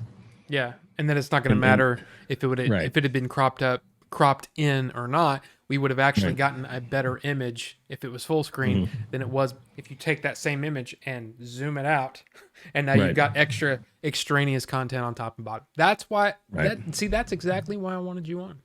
I wanted to ask you about it, and if you cared, and obviously you have a similar. Well, it's weird. You like the director presentation, but you also don't like black bars. I would rather have black bars if it means I'm getting what the director intended. Like I have preferences on what I like, but I will still support the director's vision because I know what it's like for something not to come out the way you intended it. Because having done so many recordings, like the first cardiac record we did, I was reading some old blog posts that I made around the time that we recorded it, and I flat out said in public that I hated the drum mix, that the process he used to mix it killed all the nuance in my performance, and I was very unhappy. And I'm happy to say I never work with that guy again. What he does is great for certain types of bands, certain genres, but for my performance of what I wanted, it wasn't the same. Like it would have been like if in the Game Chasers movie you corrected my voice to be kind of be deadpan even tone like Ben Stein the whole time, instead of having the nuance of emotion and stuff. Would have been interesting though. I can try that if you want. That has to be the stupidest thing he's ever heard. He's not very, but he's not. You're not very threatening if you. Right. Exactly. Give us the map now.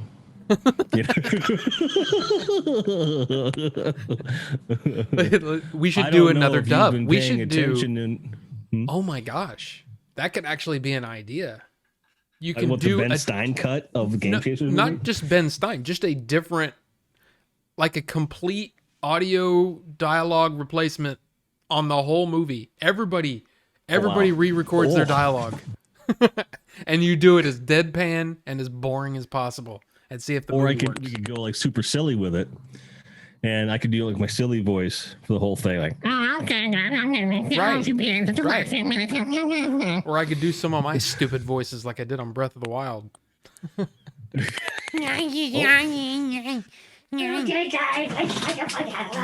was I think my favorite one, and Bucho cut it out.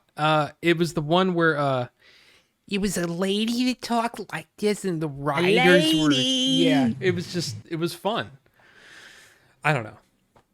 But one of the things that you had said was about black bars and stuff, and how you're not a huge fan of the ultra wide, so 2.35 or what? It's even worse. 351. Right, 2.35 to 1, but there's one that's even wider than that. I think Lawrence of Arabia, which is like Yeah. And so But it's like see, this little tiny thing. I've always Like, how am I liked supposed to watch that? I've always liked the panoramic. I've always liked it, right? I like 2.35 to 1. There was a TV that came out. I remember an Incredible Universe had a 2.35 to 1 back in the Laserdisc days, and they were showing Temple of Raiders of the Lost Ark or Temple of Doom on it, and it filled the screen. Yeah. A scope movie full screen, and I was like, I want that. Because Well, they have like those ultra wide monitors that are kind of curved for gaming. Yeah. You could probably pull that off watching a movie. Like that would be fine. See, I don't like curved screens though. I don't like curved I screens. don't like them either. But just me. It's a personal thing. Not to get too personal. Well, but yeah. Well, I mean, it's just I don't like curved screens. By the way, to replace the dialogue, it'll be even funnier. What's that? Take a Kung Pao approach to it. Oh, just completely different dialogue. Oh, I never play these games. They lower the value. Oh, Yeah. You know, just like, Just where the yes, my arm is bigger. it doesn't even match. It doesn't even match. You know, it's kind of like, if you think about it, it's kind of like that guy that does the bad lip reading. Yeah. You know, you could do a bad lip reading just in certain scenes and just make them completely different and separate from what's actually being said in the show. Oh man, That's a great idea. it'd be fun. Someone should do that. Yeah, someone should. But anyway, We have to. The movie has to come out first, though. Right. Billy. right. It has to. Billy. So, and that, I guess that's, I was curious, has he said anything Yes. about possible extra shooting for you? The only thing left is the flea market thing, and he has said that he's still having trouble finding a location, and that he's kind of gotten to a point where it's going to be nice to have footage, but if he has to do without it, he can make it work. And yeah, you're right, Leon. But he told me there's a few more things. They went down to Austin last weekend, and I'm pretty sure it was part of it was filming, because he was looking for some people for some film. There was something going on there. But we didn't talk in too much depth about it. We're too busy just throwing dick jokes at each other. I was like, there's something there. I could probably, but anyway, go ahead. Wait, you're aware of something I'm not aware of? No, I was like, there's something there. There's a joke to be had there. Oh yeah, you were throwing dicks at each other. Yeah. I don't know. I don't know where I was going with it. Well, like, we were sitting there for like an hour, and I had tweeted out that I was going there, but before that, I'd found a rare Flintstones game on the NES on this app, and it was like 8 miles from here. Oh yeah. And I was like, I'm like, is this real? And I hadn't checked my phone, so, like, even in a cab ride, nothing. And then I get there, and then an hour in, I said, "Hey, did you see my tweet about the Flintstones?" He goes, "No." I said, "Like, I tagged you," and he says, "I normally check my phone. Like, I see those things, and I always check them." I'm like, "Really?" He said, "Yeah." And I went to look to make sure the tweet was there. He'd already replied to it with a picture of me looking at my phone. And I'm like, motherfucker, you know. But that's the kind of fun that we were having that day. But no, I haven't heard anything like definitive. I did tell him my schedule had changed, because it is changing. I think I told you. Yeah. I'll be off during the week instead of the weekends for about a month. We just need to fill some stuff. Another life update. I applied for a pretty big promotion at work, doing training stuff. And my boss is like, "I hope you get it, but I hope you don't start too soon, because I really need your help to cover the weekends." But the reason that he needs help is because we got new people we want to train. I said, "Well, here's the deal. If I have to start training. I'll just help you train them faster so they can work the weekend deal. So, and luckily we're getting to a period where it's not as busy, so it shouldn't be too bad. But I'm excited. I'm really excited. Like, I may not get it. It's a 50-50 at best. But my background makes me pretty uniquely suited to it. So as long as it works for them, that could be pretty cool. That'll be nice. Yeah. Because I believe it's a salaried position and I don't have to be on the phone with customers anymore. Oh, my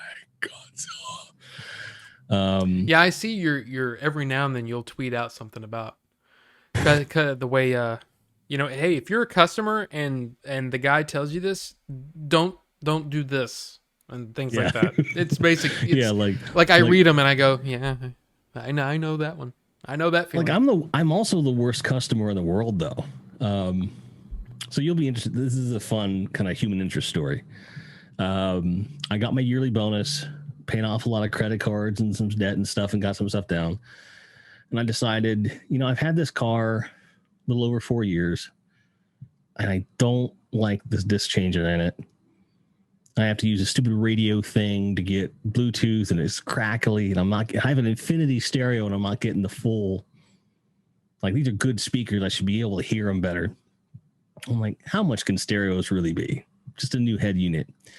And it wasn't very expensive at all. And so I ordered it at Best Buy. And because of the way that they just opened up their installation, so people were like flocking, so they're really busy. So I had to wait over a week to get the installation in. A guy calls me yesterday an hour and a half early and says, hey, we finished everything for the day. If you want to come in early, we're here. I was like, let me put my shoes on. I went down. And by the time I got on the road, it was just almost 5.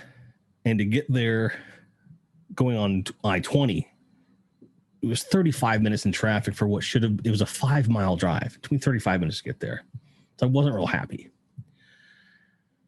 And I get there, pull in, and the guy's like, all right, let's get you all started up. And he starts looking at all the parts, and he's like, I'm like, what? He says, your console is all one piece on the front, and the installation kit that would work for that isn't in your order. Let me see if I can find you one. And he did, but it won't be here for like 12 days. And on top of that was like $50.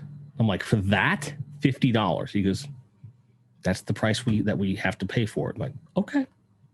All right.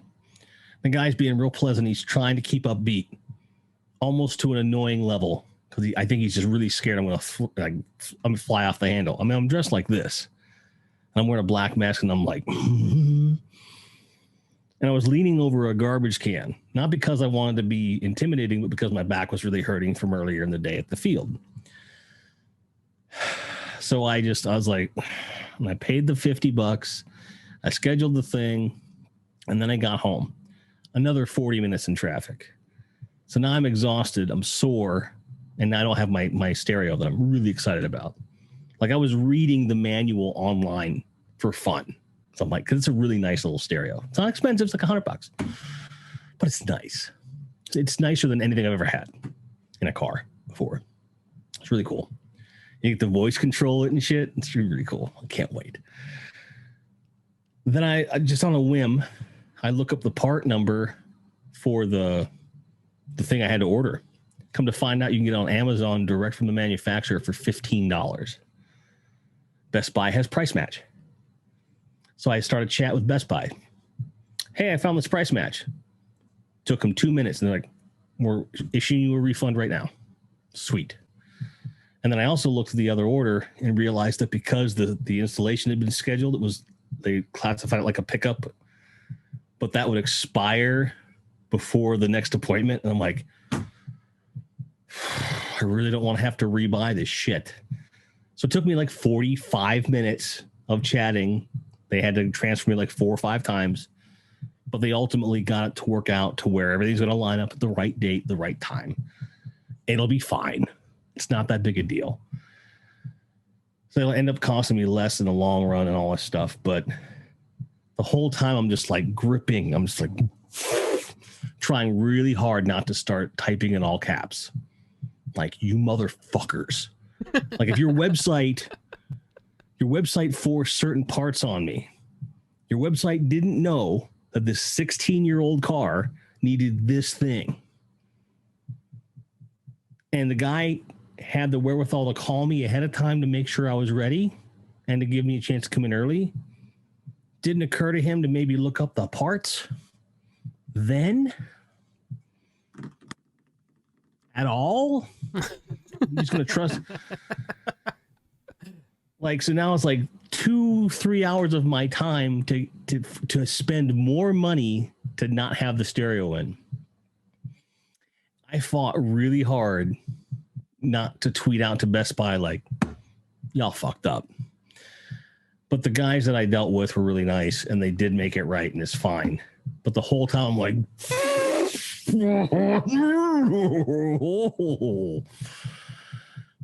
I was proud of myself for not blowing up. I'm proud of you. Yeah. But now, it'd be nice. And see, I've been at the verge of blowing up for the last couple of weeks. Over,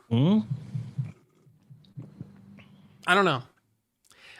I feel like, do you ever feel like I'm just an old man now and I'm just going to be cranky about things?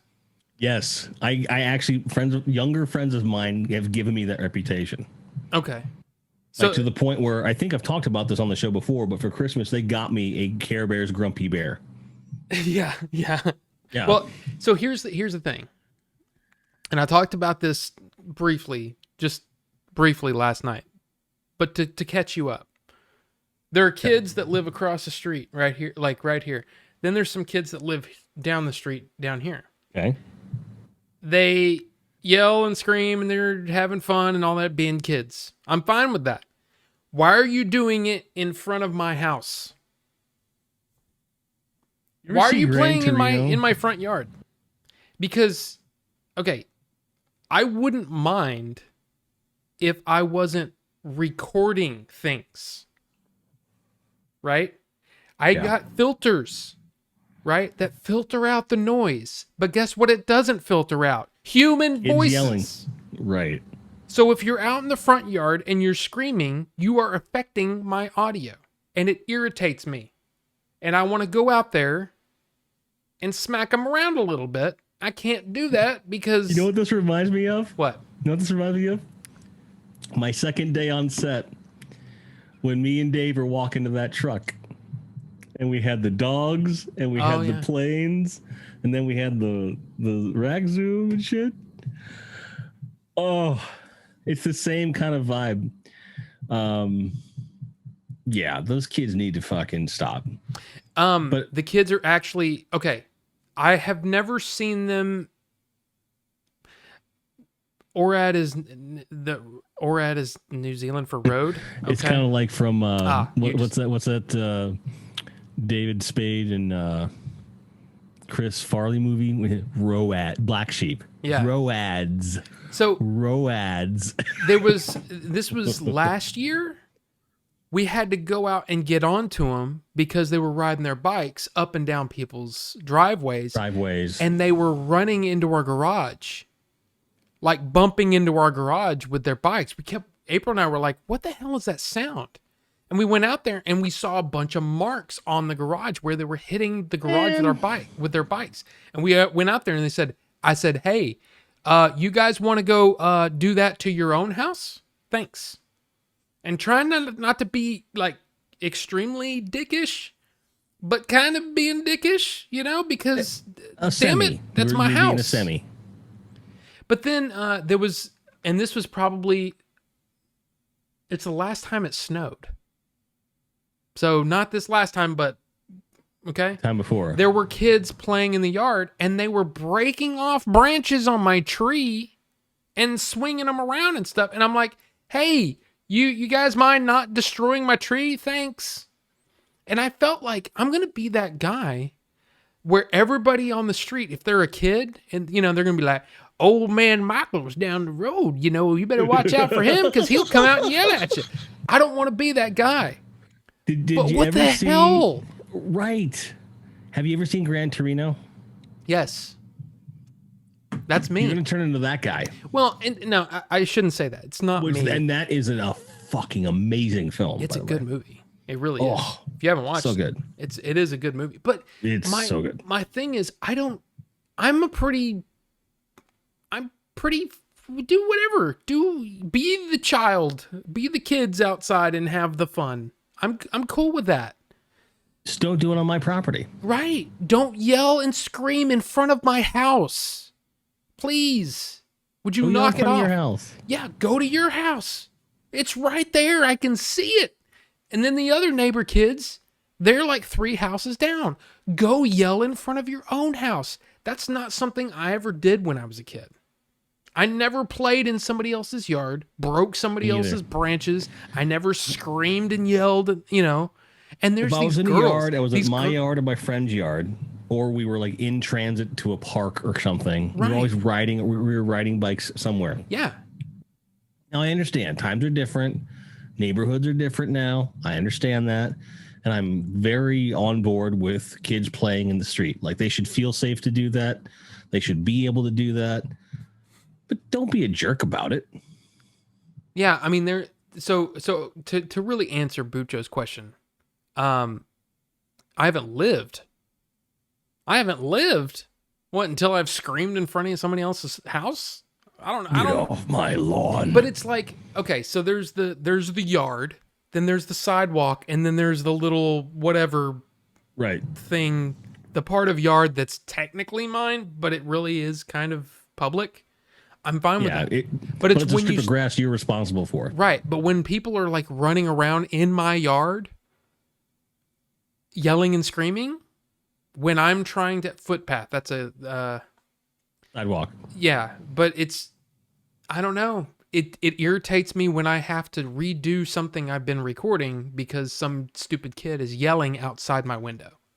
Yes. Just saying. It's annoying. But there is certainly something that I believe I've shown you that you could make very inexpensively that you'd be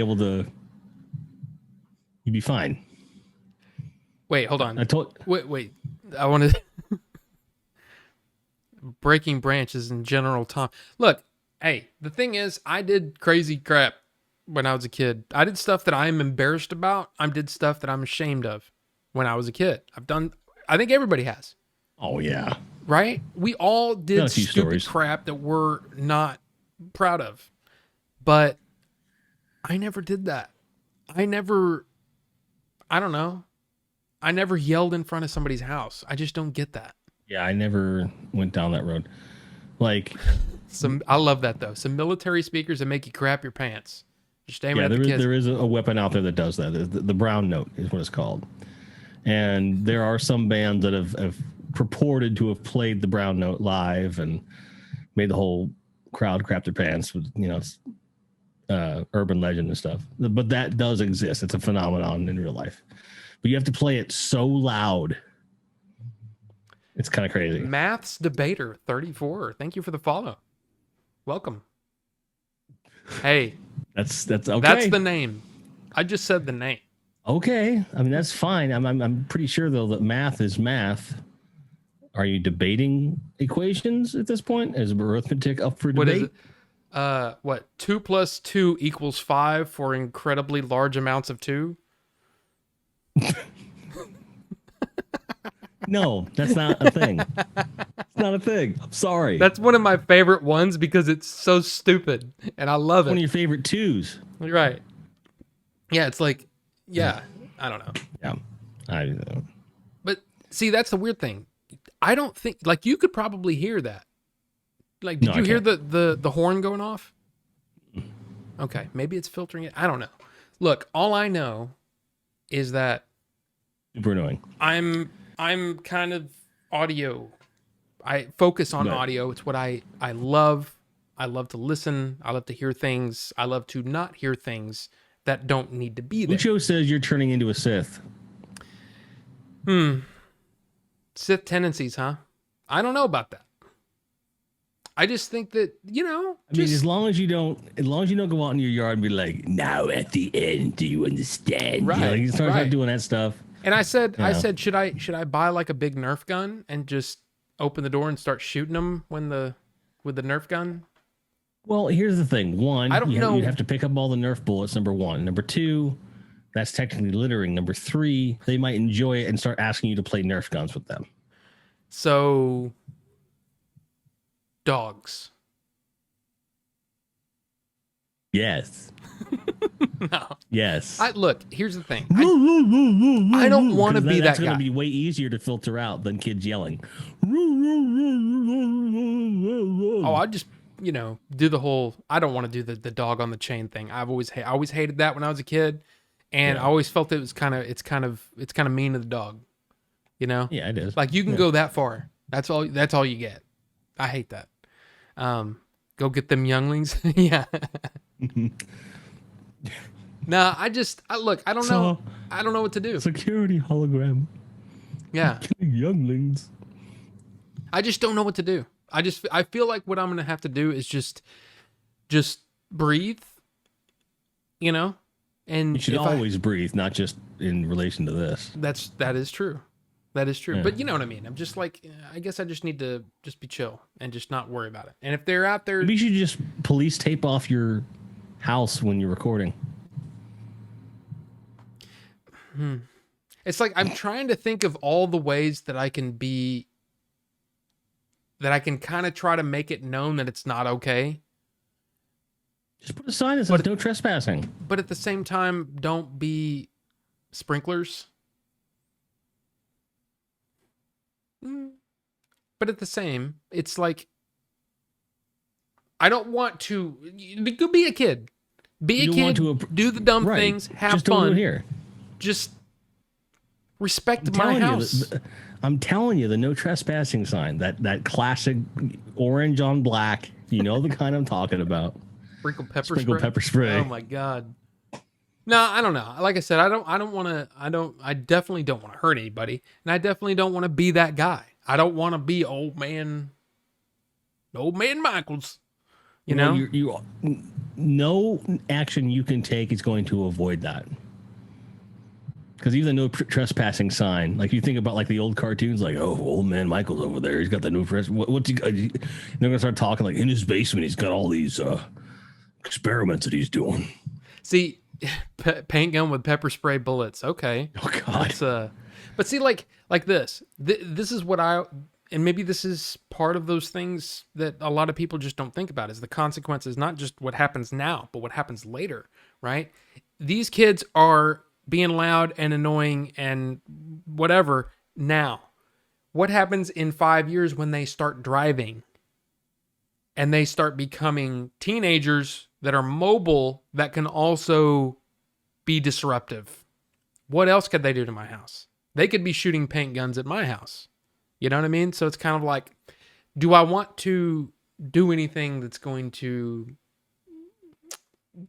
draw attention? Do you worry these guys are going to grow up to be teenagers that want to vandalize your house? Right. But if no one holds them, if no one keeps them in check in this participant trophy world we live in. True. Now that's a good point. But see, here's the thing. That's not my job. It takes a village, Rob. It takes a village. It takes a village. If their parents are okay with them playing in the middle ground between their two homes, then they should be okay with you holding their kids accountable. And if they're not, they should come to you and talk to you. That's actually not that's using logic and reason. And you don't hear I'm a parent. I'm just saying. It makes sense. It makes sense.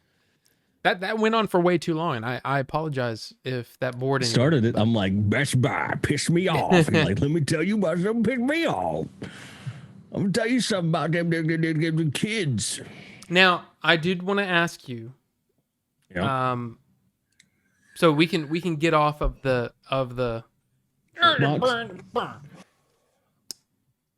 Godzilla versus Kong. Godzilla's gonna win. Are you excited? Are you excited? Yeah, I'm excited to see King Kong get his ass beat. Yes. Now, do you think that's what they're? Because I mean, there's look. I'll be honest with you. There are already tons of spoilers out there.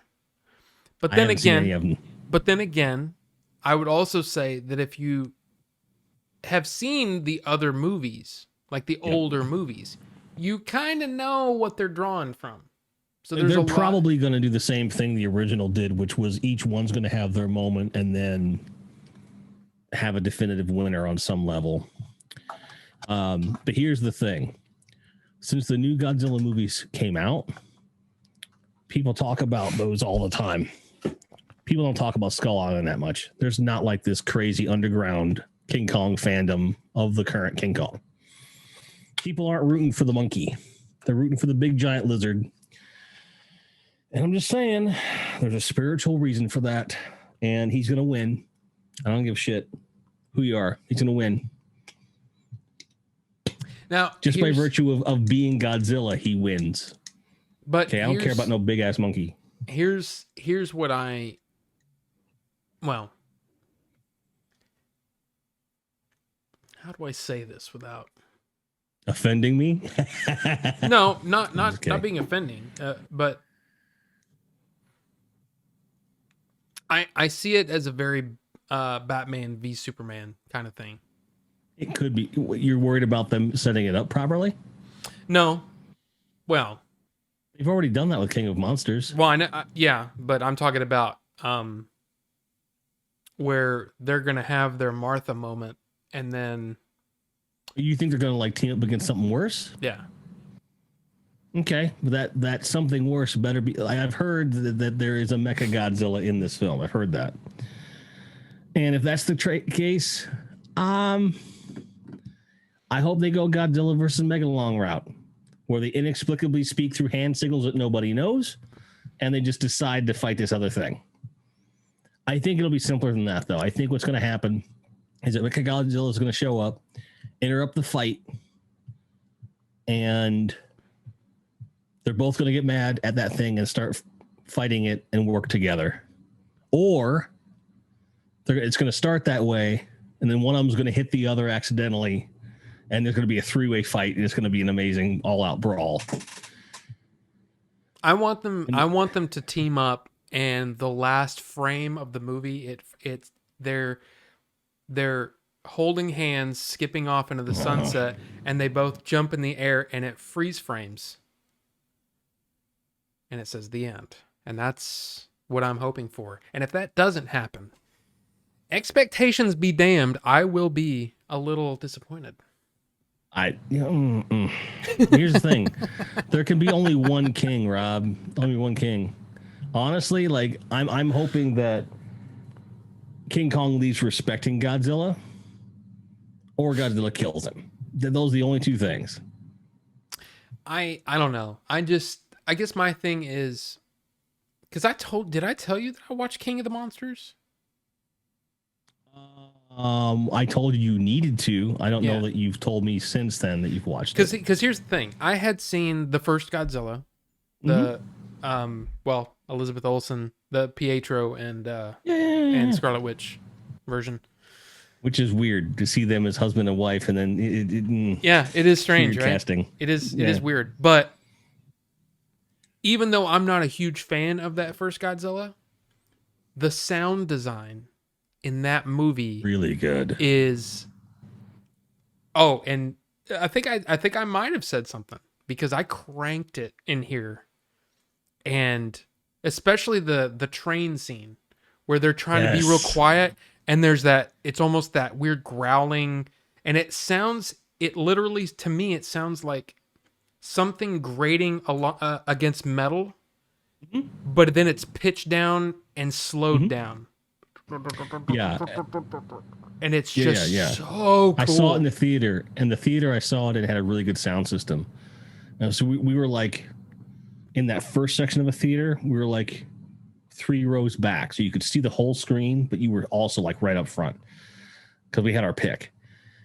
And I've told this story before where I'm in the center and I'm flanked by like 5 friends on either side, and they're all there less to see the movie and more to see my reaction to the movie because of how invested I am in Godzilla stuff, which I get.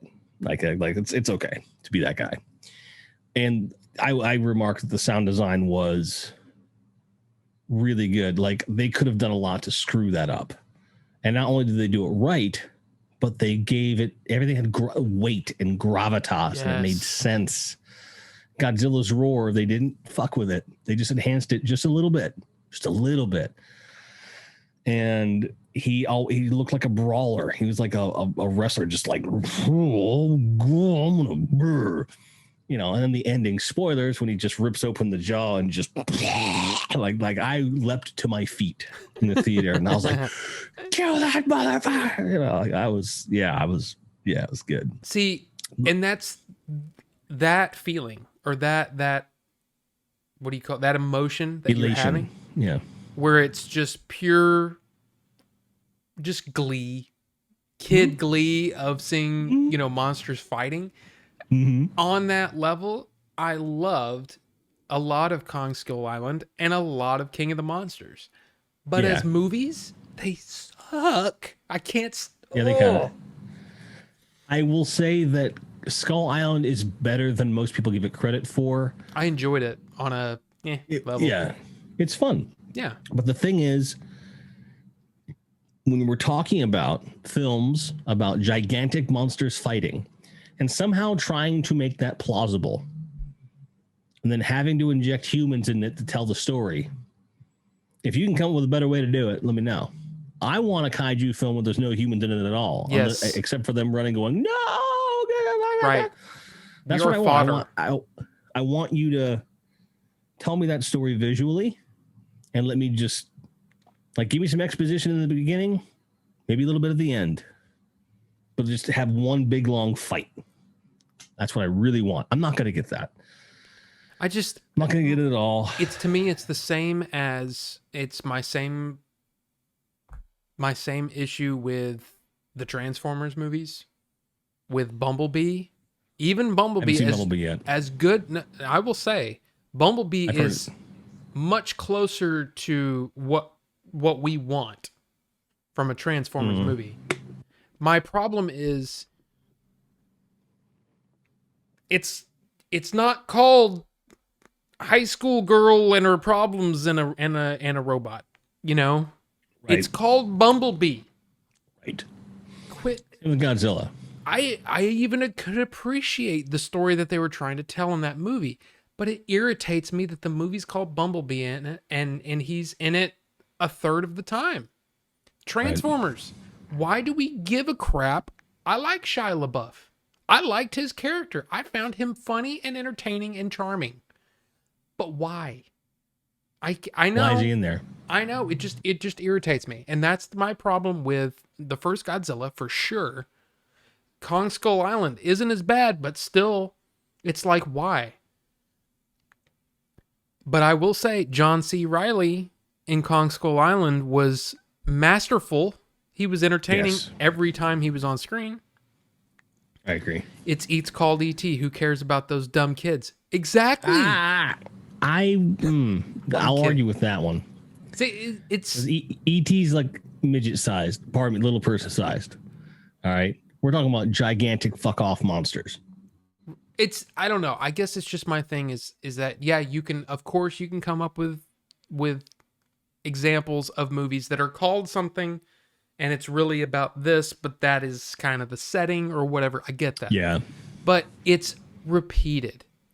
When you have sentient robots that can transform into, and there, see, that's what I'm saying. You can come up with examples. See, Bucho, it's called Jaws, not the entire shark. So let's tone it down a little bit there, buddy.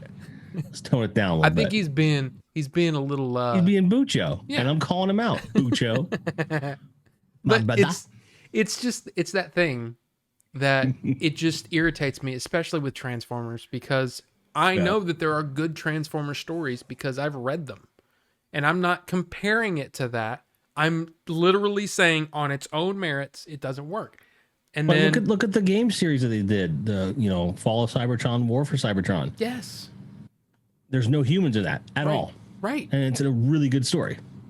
But I think that's the problem. By the way, if you haven't played those, folks, go get them. King of the Monsters suffers from that. Yes. Because there's a lot of human crap in it that, number one, doesn't make sense. Some of it just doesn't make sense. Number I'm a two, bad guy now. No. Yeah, it's just it's so all over the place. But I like the Like monster stuff. the world building. That's what's weird is that they did an amazing job at world building and explaining all these monsters and giving them really plausible backstories.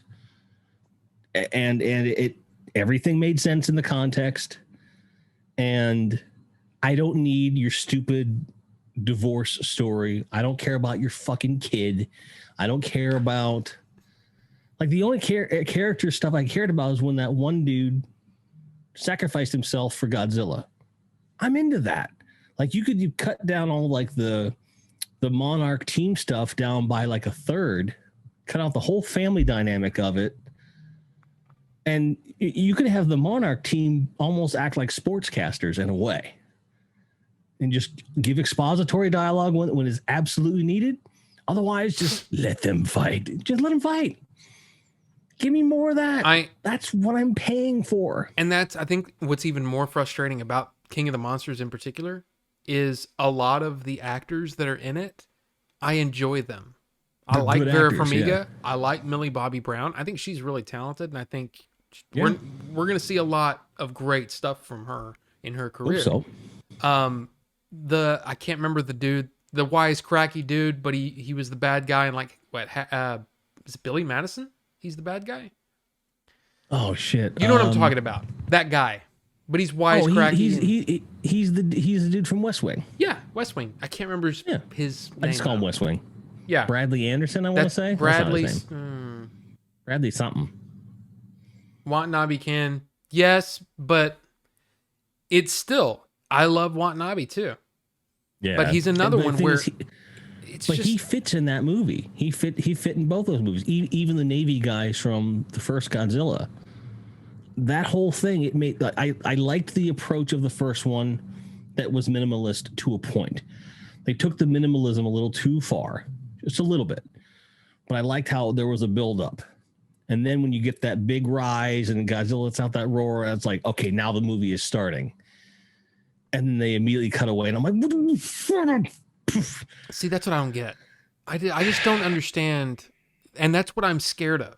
It's what I'm scared of. Interesting, artful choice, but for a Godzilla film, that's not what I'm here for. I'm not here for your artful vision of this. I'm here for Godzilla. Right. So and you took 45, 50 minutes in a 2-hour movie to get to a reveal. It was earned, and then you took it away again. Yeah. It's kind of like it's like if you had, which may have been the problem with the sequel trilogy. I equate everything to Star Wars, okay? That's okay. But that's fine. In the middle of Force Awakens, you see Luke Skywalker. He shows up, he says a line, and then you don't see him until the very end. You'd be pissed off. You'd be like, get back to Luke. And that's their problem. As soon as you brought Luke into the story, you didn't care about what happened with Rey or Finn or Poe or any of them. You want to go back to Luke. Which is why he's at the end. It's called Aliens. Get these Space Marines out of my movie. I was waiting for that one. I was like, that's an obvious one. Look, it's, again, I'm just saying, there are exceptions to the rule, but... Like Aliens. Okay. I'll just say this. Take the title off. Does the movie work or not? It works. Aliens works. Alien works. Jaws works. E.T. works. But Transformers doesn't work. You know, the King. If you want to draw a comparison with King of the Monsters, Aliens versus Predator, too much human crap in it. The Predator, way too much human crap in it. Although the Predator, right? Not Predator. Well, the Predator was still pretty damn good, though. It was really, I thought it was really well done for the most part. But I think that they overblew some of the family character development. There he goes. Transformers works if you don't bring the baggage. Well, look, expectations. I will say that the first Transformers, Bay after everybody. I think the first Transformers works better than all the other ones. I agree with that too. It's not for me. And that's where I basically look. Bucho and I have a long-running thing about Transformers. You know, I've been griping about Transformers. The first one works like any classic Spielberg. Listen. There's one Transformers movie and it's animated, and it came out in 1987. And it's called If you, The Movie. yep, They pretty much And- screwed everything from that point on because they literally called it The Movie. But no. It's weird though. It's like I feel like King of the Monsters is one of the I really want to like it. But man, some of that human shit is so bad. Yeah. It's so bad. Yeah, and that's the thing. It gets in the way of the rest of the story because I think that all that movie had to do was establish Monarch, establish all the monsters, why they're there, Yeah. establish the hierarchy, and it does that very well. But there's about 25 minutes of fluff I don't need. There's cutaways. I don't care what humans are in danger. All humans are in danger in these cities. You're going to focus on these three idiots? Well, and I don't care. that's what I'm scared of with Godzilla versus Kong is I don't want it to be, I don't want the movie to be all the coolest stuff we've already seen in the trailers. That's what I'm scared of. And I'm hoping I haven't seen the trailer. Oh, really? Won't watch it. I'll Won't tell watch you it. okay, so sorry I hit my mic. You know how like there's I don't want to see it either. I just want to watch the movie cold. No, I get you. But the job of a trailer, right, is to, whatever your expectations or your interest level in the movie, it's supposed to bump it up, right, and make you excited. This got me excited. And the poster was so cool. freaking gorgeous. Basically, look, you can probably imagine what the trailer is. Yeah. But yeah, at this point, we're almost there. We're 2 weeks away? 3 weeks, It's that. 2.5? It's this month. It comes out the 31st. Okay, So that's we're 17, 18 days. 18 days. So the middle of the week. Yep. It's like on a Thursday, maybe? Like a Wednesday or Thursday? Yeah. All I know is I'm excited for it. I'm also excited about Mortal Kombat. Oh, dude. I have seen the trailer for that, and that looks really good. Looks really good. But I'm also see- afraid. Yes. Yeah, because like I went to see the original in the theater. This is back when I worked in an arcade. And arcade subculture is a whole thing. If you ever worked in an arcade, people that work in arcades hang out together. They talk nerd stuff about machines and boards and stuff. We all went together. And in fact, this album, the shirt I'm wearing, had just come out, and 2 of the songs from this album are on that soundtrack. Yeah, Leon, I hear you. I hear you. Trailers can be done wrong, but Most of the time they are. Yep. Hollywood. But I knew that the soundtrack had a lot of really heavy stuff on it. I was really stoked for that part of it. I was like, that's appropriate. This movie should be fine. And for what it was at the time, it was fine. It was fun. I enjoyed it. But it could have been better. It should have been better. But I remember specifically during the Goro montage of him fighting in the ring, I leapt to my feet, screaming and hollering because Napalm Death was playing in the background and no one else in the theater understood. It's just like, I never saw Ace Ventura in the theater, but I heard many stories of people who did, not knowing Cannibal Corpse was in it and leaping to the thing, going, oh, like freaking out because these things don't end up in big budget movies. So it was almost like the soundtrack for Mortal Kombat overshadowed the film itself for me, but it was still a fun experience. Now, in 2021, it looks like we're getting the movie that we should have had, because all the people that originally were fans of that game are old enough to see the full-on R-rated crap, and they're taking it seriously. And there's a lot of lore that surrounds that game. They're actually going to give it a bit more gravitas, and they've done a really good job of like refleshing out that story with the newer Mortal Kombat games that have come out. Starting with the Mortal Kombat, which is technically MK9, but it came out on the PS3 and the 360, and that really it did a nice soft reboot of the storyline. And if the movie even just takes the very basics of that and puts that on film with that kind of lighting and all that stuff,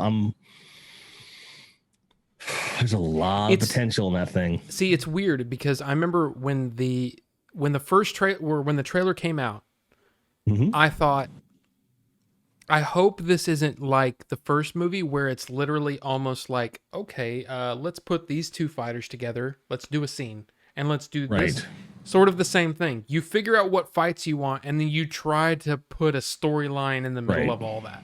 And it felt very almost like skits in a way. You know what I mean? Like the way that a skit show. And some of the newest Mortal Kombat games fall into that trap because you're just trying to get your character to fight all the different characters and find a reason for them to do it. But even then, it's better than most movies. I feel like what's important for this movie to have is to serve the story and not as much the fighting. And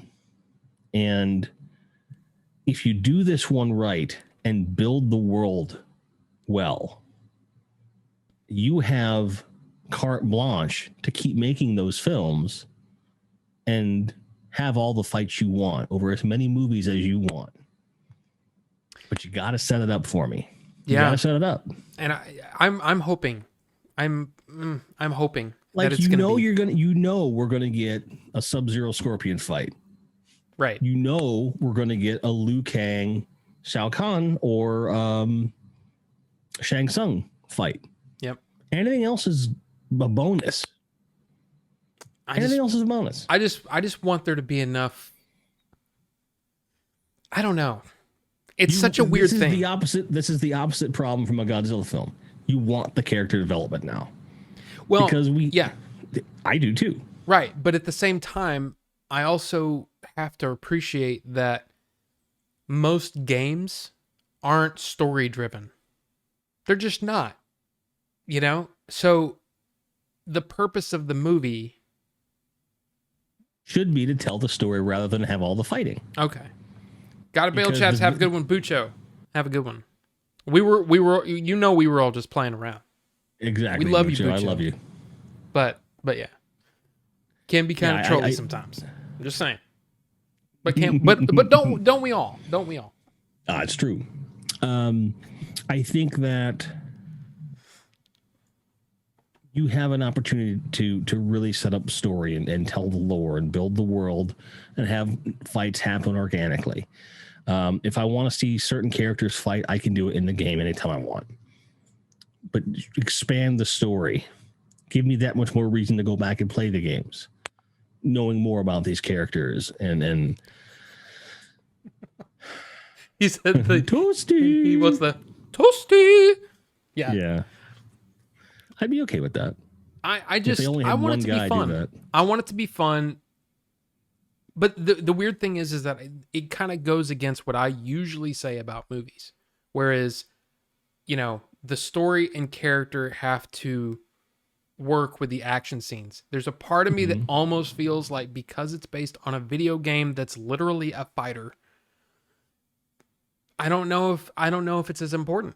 Because it's almost like I feel like I can, with Mortal Kombat the movie, I can grade it on a different, grade it differently almost because of that. It has a different goal from the average film.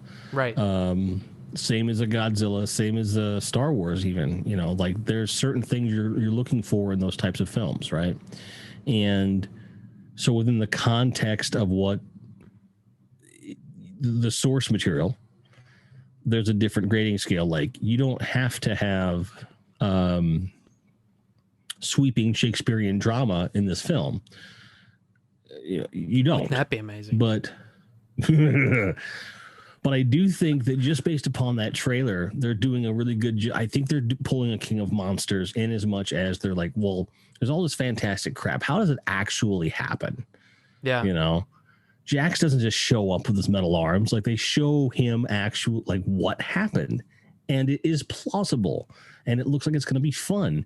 And maybe even emotional. In that world, it's plausible. Right. It wouldn't be fun to get your arms ripped off. Ever. But I do think that in a world where we have a larger Star Wars franchise, the MCU, and all these fantastic kind of movies that can be made, Mortal Kombat has it can work. It can definitely work. And they could build a series of films on it. They could build a franchise out of it. I just don't want them to try to blow their load too early. Right. Take your time. I want this exactly. Because if the first one works, they can keep doing it. And I would love that. So let me ask this. Yeah. Because I mean, if you really think about it, we talked a little bit about WandaVision, but for the most part, we've been talking Warner and HBO Max this whole time. It's true. It's weird. And it's something that I never really expected. So either. It's a weird, like for me, it's a lot of the movies that I'm really, I mean, of course there's Marvel movies that I'm interested in. Of course I want to see Eternals. What the hell is that all about? I think the reason that we're mostly interested in these movies is because this is the one service that's really doubling down and putting so many movies out on that service. I think that's why, and I think that just shows it's working. I got a Paramount Plus subscription. I found a deal on it where I got the whole year for like $30. And I was like, sure, why not? Just start. I have to say, there's some stuff, but their interface is crap. There's no way to like save something to a playlist. It's in its infancy, right? That's what I said in my little mini review of it. I said the exact same thing.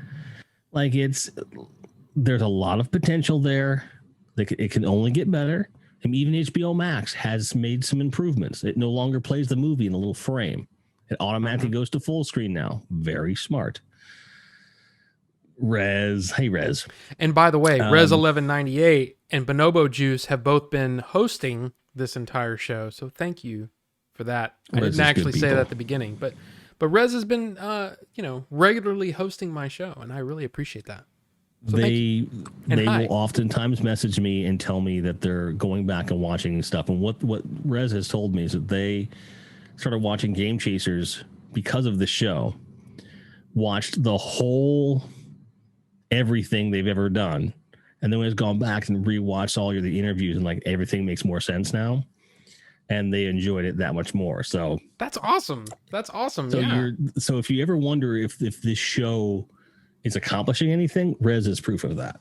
So yeah, because they are directly supporting the Game Chasers because of it, and they are supporting you more because of that. And they'll always associate, and I don't mean to speak for Rez, but I think they'll always associate the Game Chasers with this show in a good, positive way, because this is where it started for them. And Leon's hosting as well. Thank you, Leon. Hey, yeah. But yeah, I kind of feel like it's a weird thing, because I feel like I'm kind of like the Sony Marvel stuff to the regular Marvel, the MCU.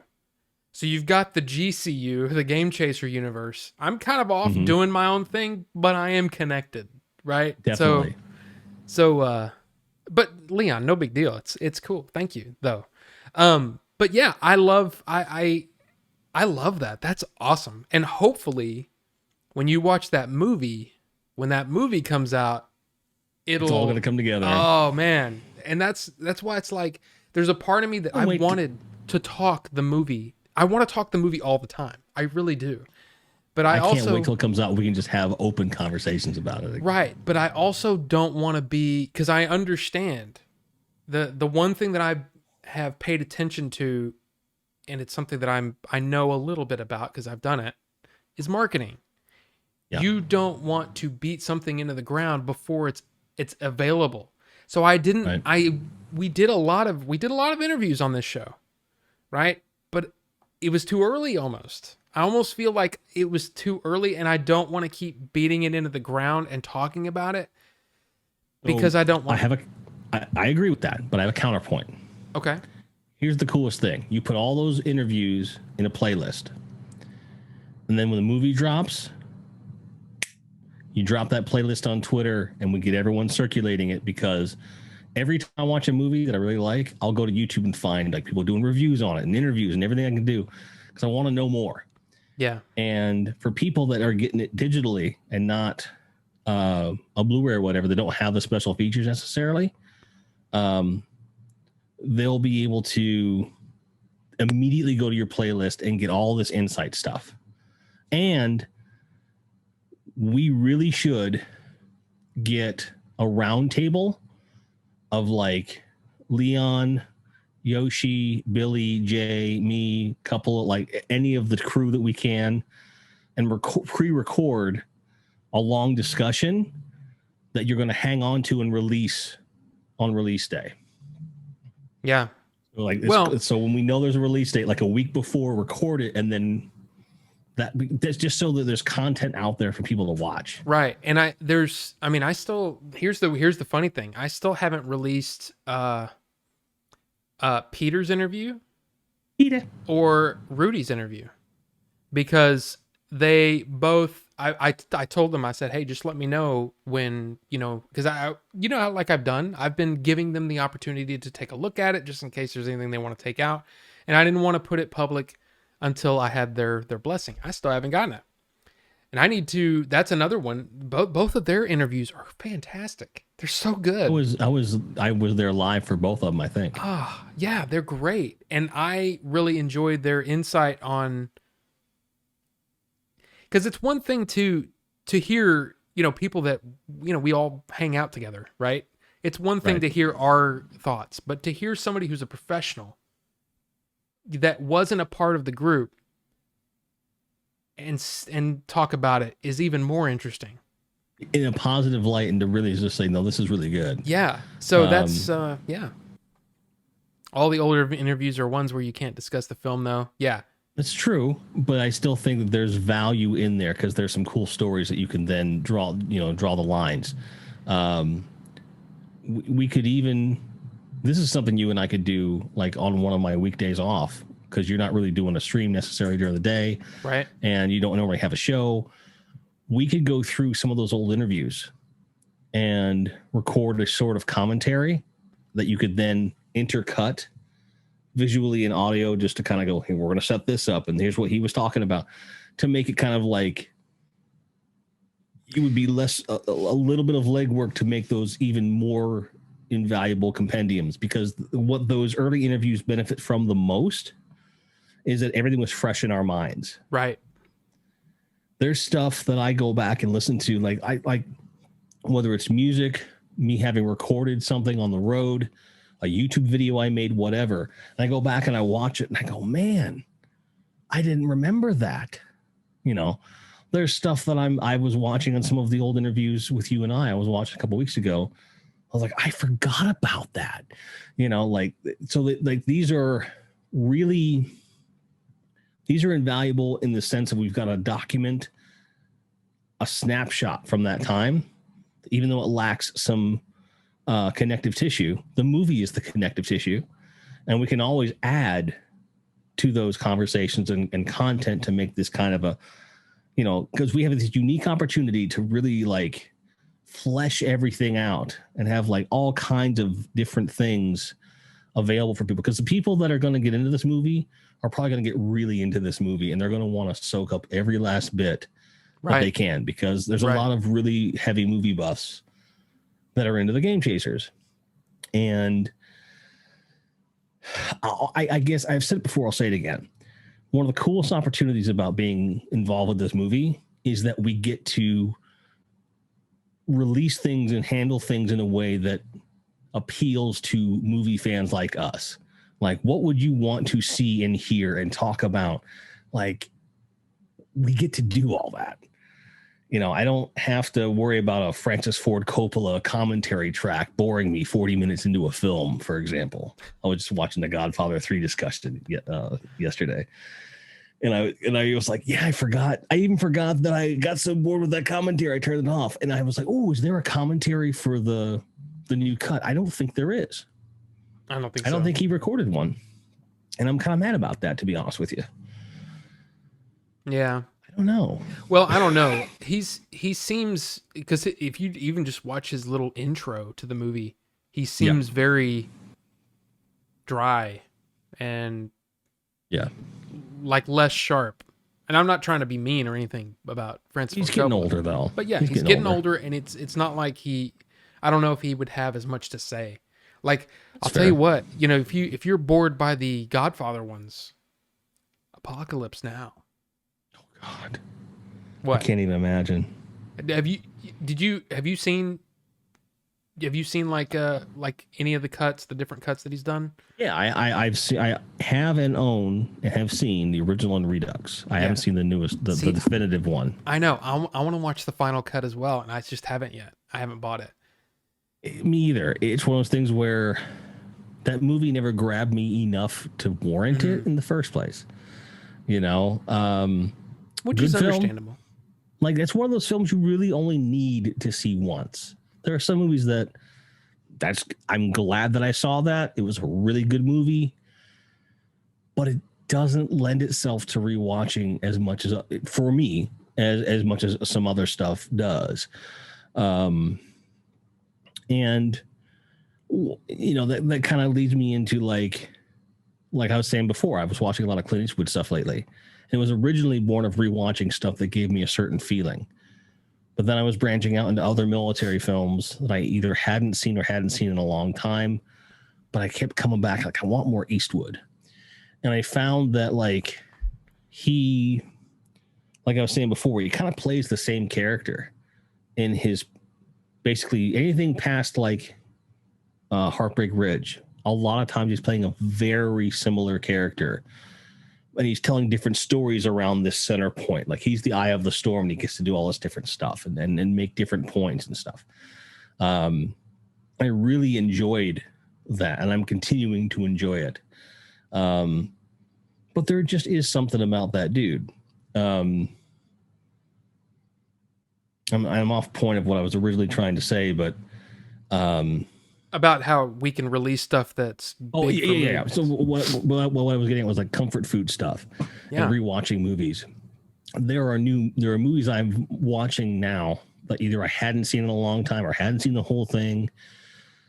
Where I'm like, these are now on the list. Like, I have stuff that's on the list now. And these streaming services are certainly helping with that. It's easier to access stuff. Yeah. In a positive way, even though I'm very much a physical media guy, always will be. When I read about something, I'm like, oh, I want to watch that. In one movie in his repertoire that is celebrated, still haven't seen. I've purposely been avoiding it for a while. I don't know when I'm going to watch it, but I want to kind of really. What movie? Like, make it. I'm getting there. Oh, you're okay. Okay, sorry. I'm building up to it. I want to make it like almost an event. Like, I want to like really get into a mood kind of thing. Like, I'm probably gonna get some whiskey or some nice scotch to sip on while I'm watching it. Unforgiven. Never seen it.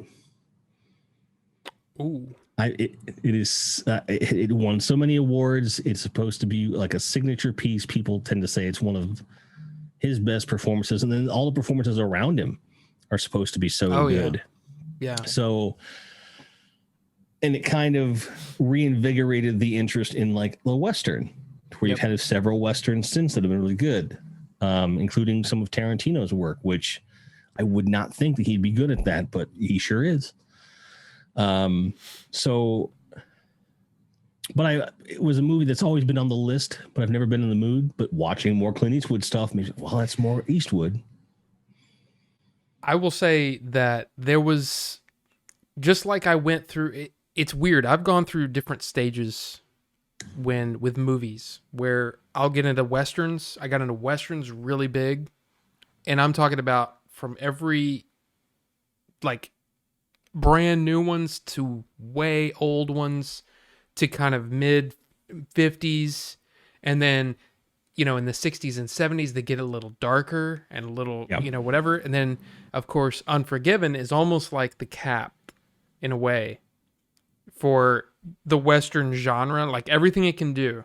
You know, even like, I mean, really Dances with Wolves is in there kind of as a Western, in my opinion, even though I would agree with that. it's a little different. It's a drama. It's a melodrama, but It's it got that definitely feel to has. it.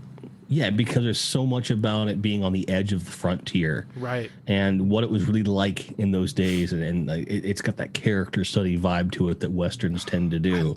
I still love that movie. I don't care. It's a good movie, man. But then I got into war films, but then the different wars. So Yes. I binged World War II films. Then I binged Japanese World War II films. Then I binged Vietnam films. Then I went back and was Civil War films, then Revolutionary War films. I mean, I went through the whole gamut there for a while, and I was going back and forth and just kind of like, oh yeah, yeah. That one of like Eastwood did Flags of Our Fathers and then the Sands of Iwo Jima. Oh my gosh. Which are companion pieces. I haven't seen them yet. Oh. And again, those are movies that I've heard such good things about that I want to. Yeah. I want to just go offline on everything, black out everything, turn the lights off, and watch them. Are those available in 4K? If they're not, they need to be. Certain. But I go will ahead. say that they're. Yeah, I agree with that. I will also say that I knew he was a good director, but watching so many of the films that he's directed that he starred in, and then watching Mystic River, I didn't realize he wasn't in it, but he just directed it. So I got sucked into this really depressing movie. But you can tell he directed it. Like, he has a vibe. Yeah. He doesn't, like a lot of Eastwood films, like the dialogue and the way that it's delivered, like you're getting an inner monologue, but spoken without it feeling forced. Like, he draws something out of actors. It's hard to explain. And you can tell in an Eastwood, like Gran Torino, Mystic River. I think he directed Line of Fire as well. No, he didn't direct that, did he? I don't know. Let me look. I was thinking of $1 Million Baby. Baby. That one is amazing. Who directed American it? Sniper. He did direct that, didn't he? Mm-hmm. Okay, Line of Fire was Wolfgang Peterson. Okay, but because the tone is so similar, I'm willing to bet dollars to donuts that Eastwood took a lot of stuff from Peterson, moving into other stuff, because they're very similar directors. You look at stuff that he's directed, Peterson, like, it's my favorite Wolfgang Peterson film is Enemy Never Ending Mine. Story. Enemy Mine. Yeah, it's a good movie. It really is a good movie. It's so underrated. It's a great drama. It's a great sci-fi flick, and it's a great character study, all wrapped into one with two master character actors. That's a weird one, because I remember liking that movie as a kid, but feeling like that middle part was really long and drawn out and boring. Yeah. But then as I got older, oh my God, I appreciate it so much. It's a good movie. It's just a good really freaking movie. And it's not on Blu-ray either. That's a sad, unless you get it like in a combo pack. I don't know. It's hard to come by. I know I owned it on VHS. I don't know if I own it on DVD. I have it on DVD. I had it for years as a dub off of like HBO or something. Yep. Me too. But like that, there's so much like that could have been a TV series, man. Like, because you could have had like half of a season build up to the setup of them going on the planet. You could have like 2 seasons of them on the planet. And then the last act of the film could have been drawn out a bit too. Like, you really could have developed that stuff in a really interesting way. That's if you really kind of think about it, that mid 80s period for Dennis Quaid is really kind of an interesting period for him. He did a lot of different stuff. Yeah, he did Inner Space. He did which was great. Dreamscape. He did Enemy Mine. Mm-hmm. This Like is off the heels of Jaws 3, which was crap. right. You could consider him to be kind of doing like genre hopping. I mean, he did Right Stuff in '83. Which was great. That's a great movie. I mean, but think about that. That's a pretty amazing string of movies. You know what I saw for the first time the other day? What's Space Cowboys. I don't think I've ever seen that. That's a good, like, it sounds cheesy. Like, I always thought it sounded cheesy, which is why I never wanted to watch it. See, Tommy Lee Jones, Donald Sutherland, Clint Eastwood, and who's the? Isn't there another one? James Garner. Oh God, yeah. And it is a really, really good self-contained story. The first few minutes, I was like, I but kind of want to see it. it's a lot of fun, but it's also got some balls and some gravitas to it. And if you can hear that clicking, that's me. Okay. That's me. It's the electricity feeding back on the mixer. Is that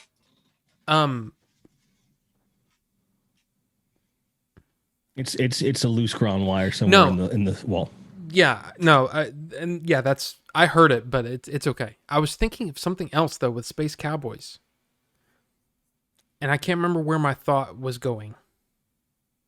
It got derailed, but it's okay. I apologize. No, it's okay.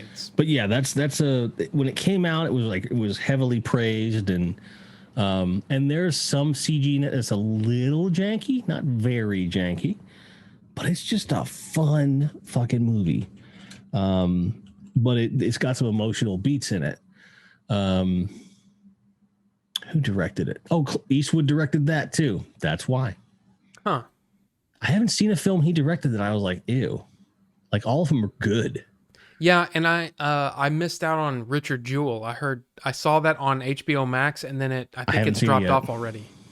But I heard that's it's still actually there. Really good too. It's still. I'm pretty sure it's still there. Let me look. Oh, I thought it dropped off, or maybe it's in the leaving soon or whatever. Probably. But I was actually going to ask you that though. Is that, you know, as a physical guy, you know, you're very you like to touch and feel the things. Yes. It's still on there, by the way. Oh, it is. Okay. I might need to check that out before. I might need to put that on my list. I'm gonna watch it today. I'm gonna watch it. Yeah. What's today. There's another movie. I think it's on. The Way Back, the Ben Affleck movie. That's leaving at the end of this month, I think. That's the football coach one, right? Or the basketball coach? Yeah. Yeah. But I just remember wanting to see that. It. And then the other day I was like, oh crap, it's leaving at the end of the month. And then as a physical guy, you were saying. There's a guy. As a physical guy. Oh, as a physical, yeah. You like physical Blu-rays, DVDs, 4K games. You like physical games. All of that. How do you, in your mind, how do you balance whether or not to just buy the movie or to just watch it on streaming or vice versa? So or whatever? The way that I do it is that if it's available streaming, I'll watch it there. And if the movie really touches me, then I'll go looking for the Blu-ray and we'll put it on a wish list and kind of see. That's kind of how it works. So in that respect, I treat streaming the way that I would treat video rental back in the day, essentially. Okay. Okay. Because I've paid my membership fee, I can watch whatever I want, but I'm still really picky about what I watch. And so many of these movies that I'm talking about, I'll probably get them at some point. There's a couple different versions of like all 5 Dirty Harry films. I gotta have those. I already have the first 2 on Blu-ray. I got them for like $4 at a Family Dollar a couple years ago, but I'll gladly rebuy those like to get them in a pack with the others. Yeah, it doesn't have to be anything crazy. See, I've always been a big fan of the big collector set type things, but I've also gotten away from that recently. Like I would say in the last 6-7 years, just because older stuff, huge. yeah. But that's the thing is like Warner Brothers, like for example, they do a lot of those like pack-ins where it's like 4 discs in a regular size case, Right. you know. Like they've got that, but there's 5 Dirty Harry movies. So the one that I'm looking at is just 2 cases in a box. Mm-hmm. It's nothing huge. But you know what I'm talking about. Those big crazy. Yeah. No, I don't do that stuff. Like we've talked about that. I hate that stuff too, man. I like things to be practical if I'm buying physical as well. I do like the Criterion stuff though. You know, still got to get that Godzilla one, dude. Yeah, there's some really Stimulus nice. is coming. Maybe I'll get it. It's like, what'd you say? This Stimulus is coming, so maybe I'll get it. Oh yeah. Well, see, like I don't have. I mean, honestly, like I'm. The Godzilla movies, the older ones, are like a one watch every now and then. Like I don't have to own that. I'm in the same boat with that, but just having the book though. Like in that case, Right. the lore is the book. I already have the Criterion version of Gojira and Godzilla. I already have that, which is the main reason to buy that. But the transfers are really good on it. There's a lot of extra features on it, which is basically I'm buying it for extra features and because the book is really cool. And for that alone, it's worth it. Right. Which is weird if you think about it. You really have to be into a movie, at least for me, that's how it has to be for me. I have to be into the movie really like more than just your typical. It has to, scratch that certain itch for me to buy it physically. I agree with that. But that said, I don't have to. I have to be interested enough. It has to have touched me on some level that I want to know more about how they made it. Because again, if there's a movie that I think was well made, getting something that has commentaries and even just a little bit of documentary stuff is worth it for me because it's not cost prohibitive and it's something where I can learn something from it or get more out of that film. To me, that's the main thing. Because, the first time you met me, I'm like nerding out about film. And I love it. And I think a lot of people, I think our discussions here have kind of exposed that more than anything else I've done. Because I'm known for like video games and music, but I don't think people realize like how into it. Like a good friend of mine, she makes fun of me all the time because I'm always watching documentaries.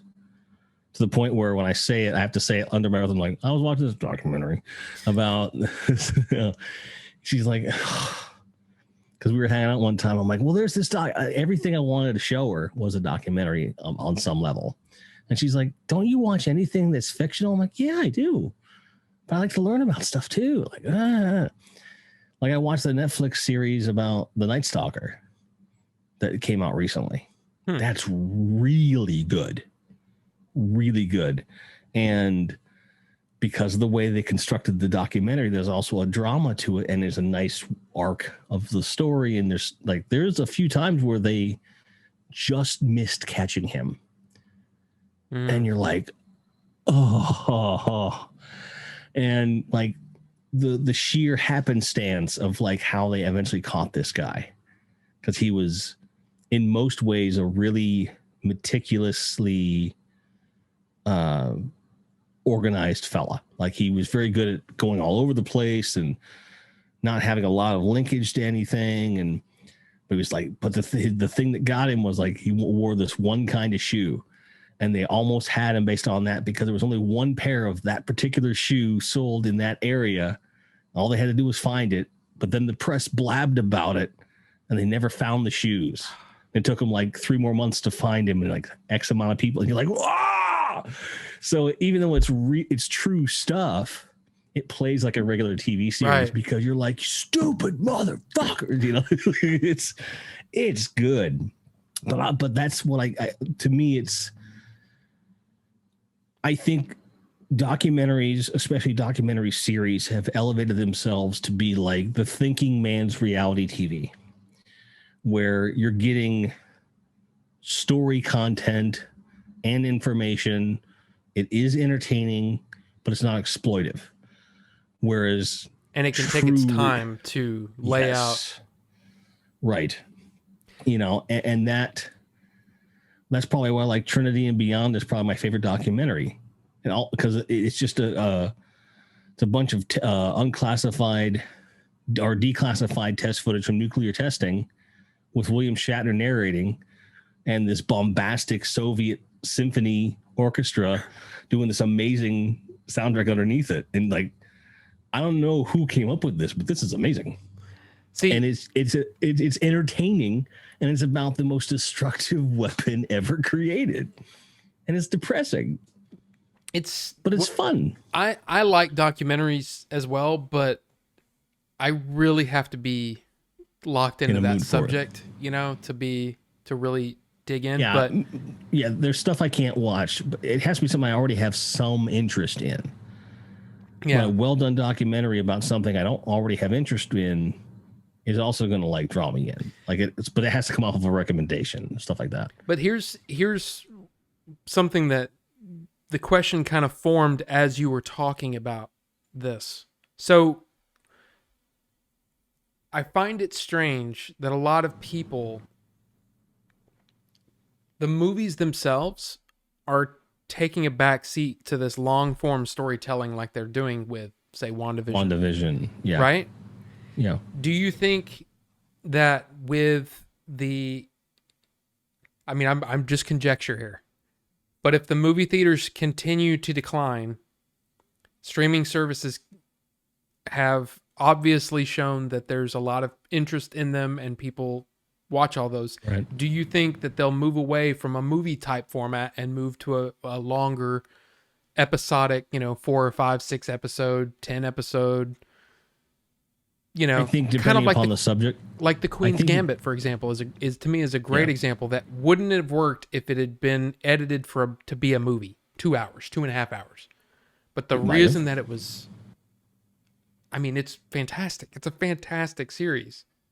Right. And so the question is, do I think that'll happen? I think it'll happen more often, though I don't think you'll ever have a feature film go away. I think what will go away is the 90-minute to 2-hour kind of constraint, where you're going to start seeing 3-hour movies, 4-hour movies again. I think it'll benefit us in that way. What will also go away, though, is the need to release physical media, and that worries me. Right. So if the theaters go away, the need to release in that way goes away. Budgets go down. That's the other thing that worries me, because you have less opportunity to make your money back at that point, right? I don't know. It's a weird quandary thing, but that's the whole idea really of each studio coming out with their own streaming service. They own all the content. There's less licensing back and forth between Netflix or whatever. Then on top of that, they get all the profit. And that's why Disney is, they're happy with the way they're like, yeah, we're going to release movies, but for the most part, yeah, we're going to focus a lot on Disney Plus, and there's going to be all these series and stuff. And that's fine. For the most part, I'm okay with it. But would I love to be able to go out and get a Blu-ray set of WandaVision? Yes, I would. I would really like to do that. It's such a weird time. It's so weird. It is. Like I recently discovered a show called The Newsroom, which was an HBO show. It came out during the Obama administration, and it kind of follows that era of news telling and stuff. And it's a really, really good, because it's been the same Aaron Sorkin, same guy did West Wing. And I didn't know that he had done that series. I was like, I should have watched this forever. Aaron Sorkin, man. Wow. That is someone who I'd like to see tackle a Marvel project. The way that in which he writes dialogue and has like the way he can shift tone and drop bombs on you dramatically, and craft things in such a way that you're not really sure which way it's going to go. And then it happens. You're like, well, of course it did that. It just makes sense. But it never feels like it's been telegraphed necessarily. I think he would do some good. I would like to see him do, like, if they ever tried to redo like an Agents of S.H.I.E.L.D. kind of thing, I could see him doing that. Team-based stuff. Like, it would be kind of cool to see Like if you're gonna do like an extended X-Men kind of thing, Aaron Sorkin doing the X-Men on Disney Plus. Sign me up. Glengarry Glen You know what I Ross, mean? I think. I think he might have. Yeah, I wouldn't be surprised. I know he did A Few Good Men. Yeah, But like, here's every time I come back to that movie, I see something new in that movie. It's so good. It's such a good So good. movie and so well acted. Even though I don't know. You have to ask me nicely. Dude, I know it's a little over the top, but damn, I is. love that performance. It's so good. But like, I'll give you an example of what I'm thinking. And it's something that I really hadn't considered until I saw Raya and the Last Dragon. Maybe not the most popular movie right now, just because it's, we got to pay $30 extra on top of our Disney Plus to watch it. I get it. But I really enjoyed the story, but it really could have benefited from taking its time and fleshing everything out and doing it as a series. I would have loved it because it's literally kind of like, it's like Avatar: The Last Airbender, Sure. the way that story is told. So I just wonder if like even writers are probably going to be like, oh, so it's only a movie? Oh, okay. Well, I've got to constrain my ideas because I only have, 2.5, 3 hour max to tell my story instead of being able to drop hints in episodes. That's the best part. And that's what makes a show like WandaVision so rewarding is because of all the little hints that they dropped along the way that you go, wait a minute, that's the thing, the thing they did, oh my gosh, and that's what makes it really fun. Yeah. So I don't know. I think that there's a combination of ways you could do that. Give me the answers, Jim. The problem that I run into is that there is, and there will always be something about going to a theater to watch something. I agree. It isn't always the perfect experience, but when it is, there's just something about it that you cannot duplicate, even if you've got a VR glasses that make you feel like you're in a theater. Yep. Which is close. It comes very close if you've never done that before. That is a very cool experience. I don't care how big your screen is in your living room. The possible exception would be Redneck Chris, who has a 4K screen that's the size of the whole side of his house. And it looks really good. That is about as close as one is going to get to having a theater experience anywhere else. However, there are like, I think I've brought this up before, but the guys in Red Letter Media, who I love all their stuff, Half in the Bag and Best of the Worst. And if you haven't really delved into their stuff, you will appreciate it. These guys are really well-educated film critics, and they're also fucking funny. But they were talking about watching Wonder Woman 84 at home and how they were happy not to have to go to a theater that was dirty with people coughing and crunching chips in their ear. They were happy about that. But after they thought about it, the next episode they put out, they kind of stopped and said, there was something we missed when we talked about this. When I was watching that movie, if it lost my attention, I started looking at my phone or I was doing laundry and I wasn't paying attention. In a theater, you're more or less forced to pay attention. So you, in some ways, get more out of the film that way. And it's just like with me, when I watch stuff, I don't watch it on the center screen. I watch it on this one over here. And I'm doing stuff on these other three screens. Sometimes I'll just move my chair and force myself to watch that screen. And I'll just black out these screens. I'll turn off my phone, whatever, to try and give it more attention. And so I think that the episodic approach. So again, there's a reason I'm saying this. When it came to WandaVision, it would go center screen.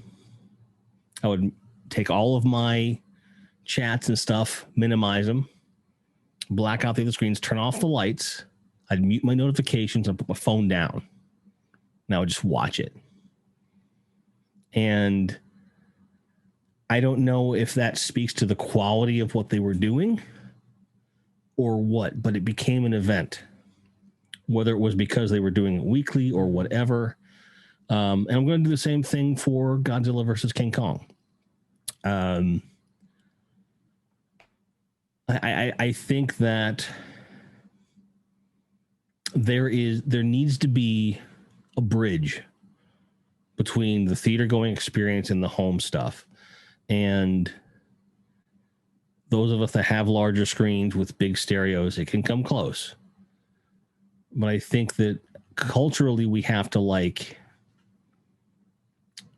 normalize that. Normalize like everything stops. We're going to watch this movie. Because when I was a kid, we'd run a movie. It was an event. You turn the lights down and then the whole family watches this movie. You know, it's a communal thing. Yes.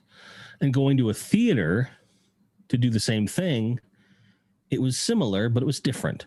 So like renting a movie, coming home, it was an event. Going to theater, it was an event. And somewhere in between those two things, I think is where we need to kind of, because I think because so much media is available now, it becomes almost disposable. But then every so often you get on a kick like watching a bunch of Clint Eastwood movies that are really good. And then I just get drawn in and I find myself for days on end just watching these movies. Like I was watching, we had some slow days at work and I was in between calls kind of idly watching Tightrope, which is if you haven't seen it, I haven't seen that wacky. That's a wacky film, dude. It's it's good. It's real good. The way I would describe it would be like a little bit of Halloween, a little bit of Dirty Harry, and then like a little bit of Basic Instinct in there too. Because you get this sexually charged thriller thing going. You've got the guy who's doing the killings in the film's got kind of a Halloween Michael Myers vibe to him. And then you've got Clint Eastwood in there as like a hard-nosed detective, but he's also got some flaws and some cool character development in him too. It's a good movie. It's just it's very New Orleans, which is where it's set, and also very 70s. Very 70s. Boobs are flying everywhere. Sex is free. It's pre-AIDS. You can tell it's a pre-AIDS film because they're just dicks and pussies and tits. Everything's flying everywhere, and it was interesting. It had some heavy stuff for its time. It was ahead of its time in terms of sexuality, and on top of that, it's a great thriller. But I was kind of idly watching it, and then at the end of my shift, I started the movie over again and really gave it a solid watch. And I was finding stuff, and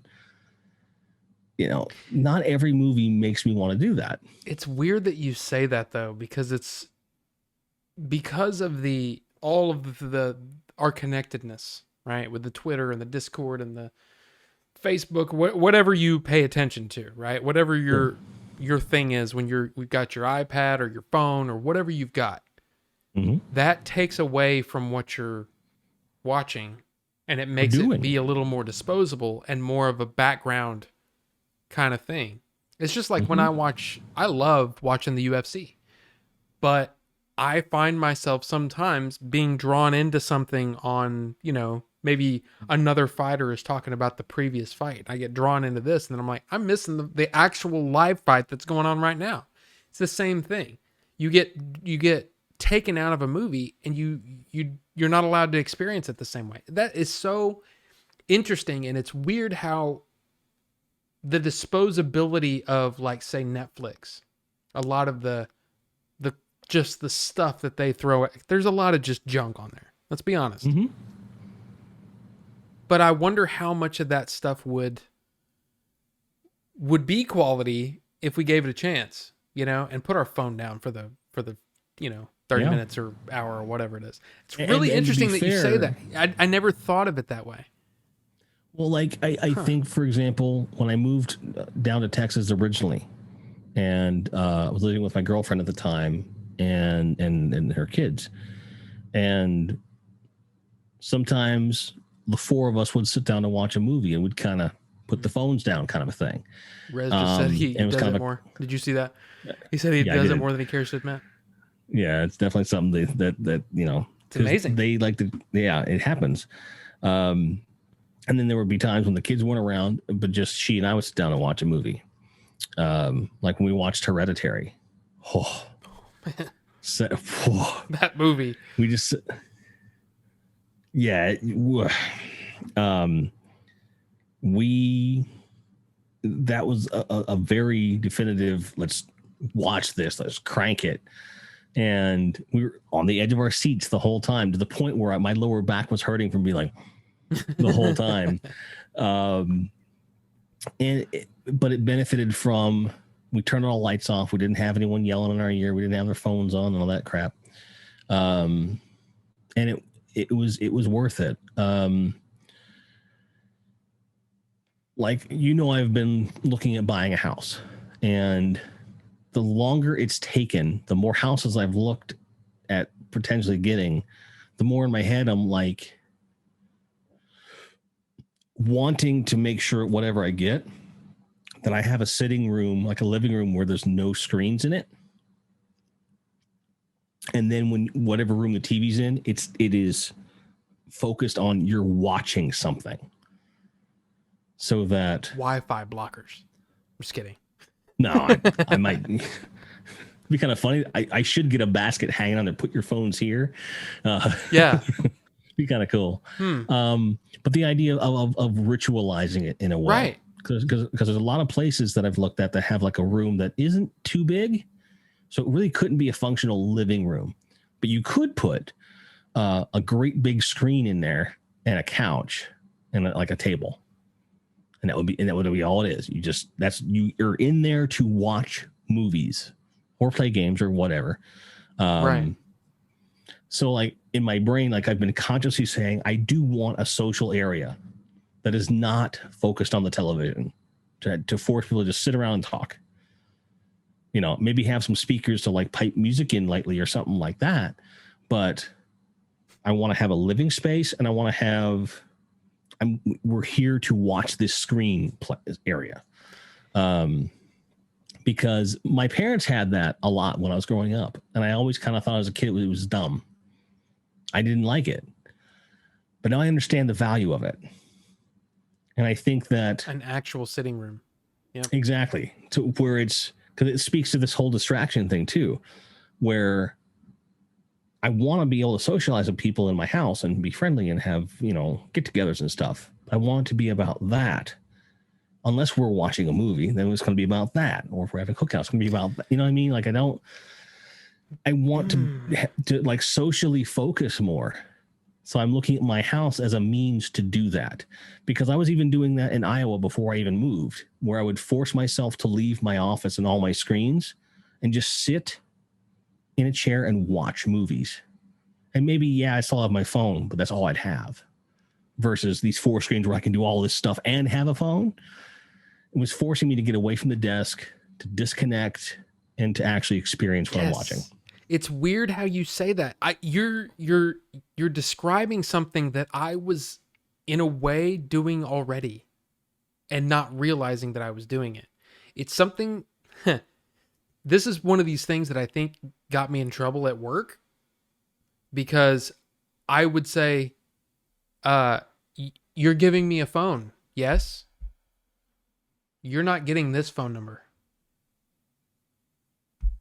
Because when I'm off of work, I'm turning that phone off. Because I'm not at work anymore. Right? But it's even further than that. I come in, this is, you know, my office, whatever it is. It's really just, you know, stuff, things, gaming, all this stuff. But this is almost like my work area. When I'm ready to watch a movie, I don't watch it in here. I go in there and I watch it, and I sit and watch the movie. And playing games in here is different than playing games in there. Because it's a totally different experience. I'm here to work, but I'm playing a game. I mean, you know, whatever. Playing. If you watch last night's stream, you would see that I'm not the best at the gaming. But anyway, it's a different experience. It's weird how I've compartmentalized that without realizing it. It's very interesting. But that's, I think for me, what that means is that that's always been important to you subconsciously. It This used thing to is for be, this, and this thing is, yep, because I was growing up, I wanted to be able to do everything at the same time. right. Like my dad had a 386 PC, and I would always put headphones on and listen to music. But I was like, why can't I listen to music and play the game at the same time? And I tried to put music onto the computer, but WAV files were filling up hard drives at that point. Yep. So it didn't work out that way. And I just couldn't get the right.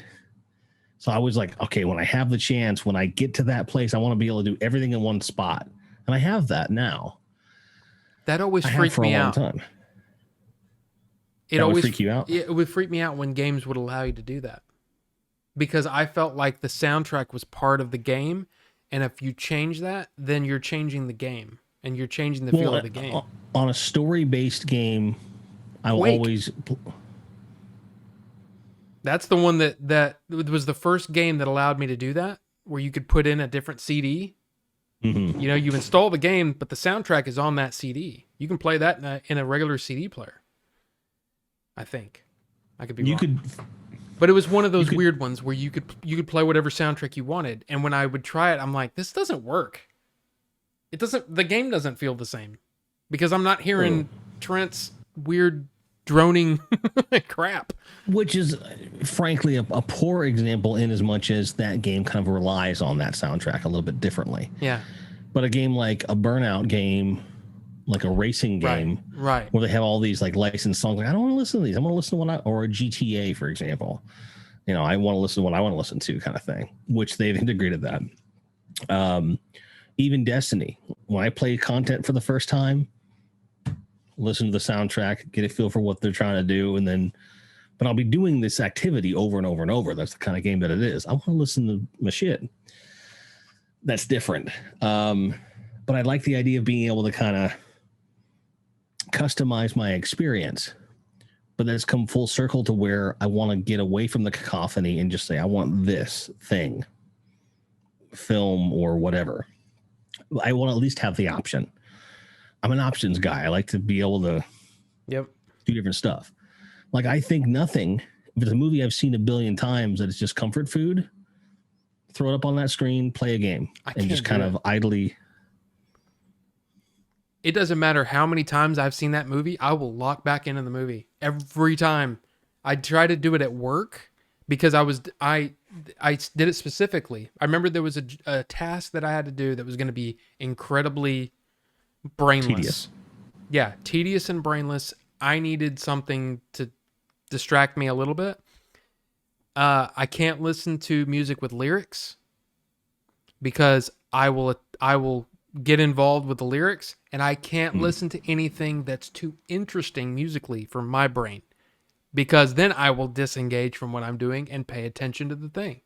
It has to be completely ambient music, and I don't know if that means I'm insane, which it could be, or it just means that it's very easy for my brain to disengage from something that's tedious and boring and engage onto the interesting thing. I think it's more of the latter, honestly, because you don't put effort into something that you're not invested in. Right. I've never heard you talk about menial things, ever. You only talk about things that you find of great interest. So you're like, ooh, shiny. And that's, it's fine. You're a crow spirit. It's cool. Is that what that is? I don't know. Well, I'm drawing that from like Native American shaman stuff. Because I was embedded with some folks that were heavily into that. And I would watch them observe people and their movements and mannerisms. And the shaman would be like, I think this animal represents you the most. That's your animal spirit and stuff. And I was told that I'm a badger, which I can get behind that because they're fiercely loyal and protective. If you back them into a corner, you're going to wish you hadn't. And the reason that they knew that was because when I sit forward, I always roll my shoulders out like this, like a badger does when it walks. And they're like, that's so consistent. And then with your mannerisms and stuff, I'm like, okay, makes sense. And so crows are very much, they're like, ooh, shiny, look at this. Wee. And they're very excited by like because they're scavengers. Like they like to grab stuff and like, look what I got. Like they have like the most blinged out nests in all of the aviary kingdom, right? So it's an attention span thing where squirrels are more of the ADD people that can't focus on anything, that they get sidetracked. I don't think you get sidetracked. I think you just decide what's important to your brain and it enriches you, and you focus on that, as opposed to I can't do any of this stuff. Just my 2 cents. No, that's for what really, it's worth. Okay, I'm one of those people that I believe that a lot of times you can, yes, there are personality types, but I don't believe being born under a certain specific sign or whatever that, I don't believe in that. I just don't. But I do believe that there are personality types, and then there's like, I don't believe in Year of the Dragon type stuff, all that kind of stuff. Chinese zodiac, yeah. But I mean, it's really comes down to sort of astrology, but they're trying to implement that upon, anyway, it doesn't matter. Right. I do find that stuff interesting though, because it kind of makes, it's a personality type, and but it's also like, I find the really interesting ones are the ones where they're talking about how this personality type works against this personality type, and how I can think about those and think about relationships I've had and go, relationships with anybody, not just like romantic relationships, but whatever. I get you. Yeah. And it's interesting how those, almost like archetype, scenarios sort of have played out in a lot of ways. But there's a really great documentary about that, and I'll have to link you to it, but it talks about like how a lot like the Briggs-Myers test and stuff have been used to kind of manipulate people over the years, like in corporate settings and stuff, where like people were not getting jobs because of their personality tests and all this stuff, and that fucking mixer.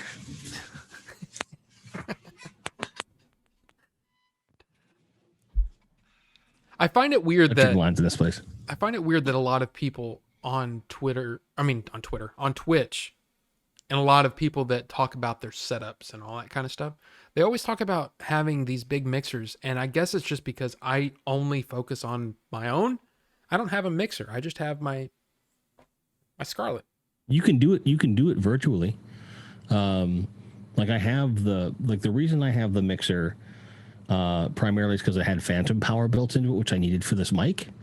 And then also what I can do, I choose not to, because I like to have a constant mix. So the way that I do it is that I have a mix for myself and I have a mix for the stream. Now, if I wanted to, I could get a bunch of these virtual sound cards. They're like $5.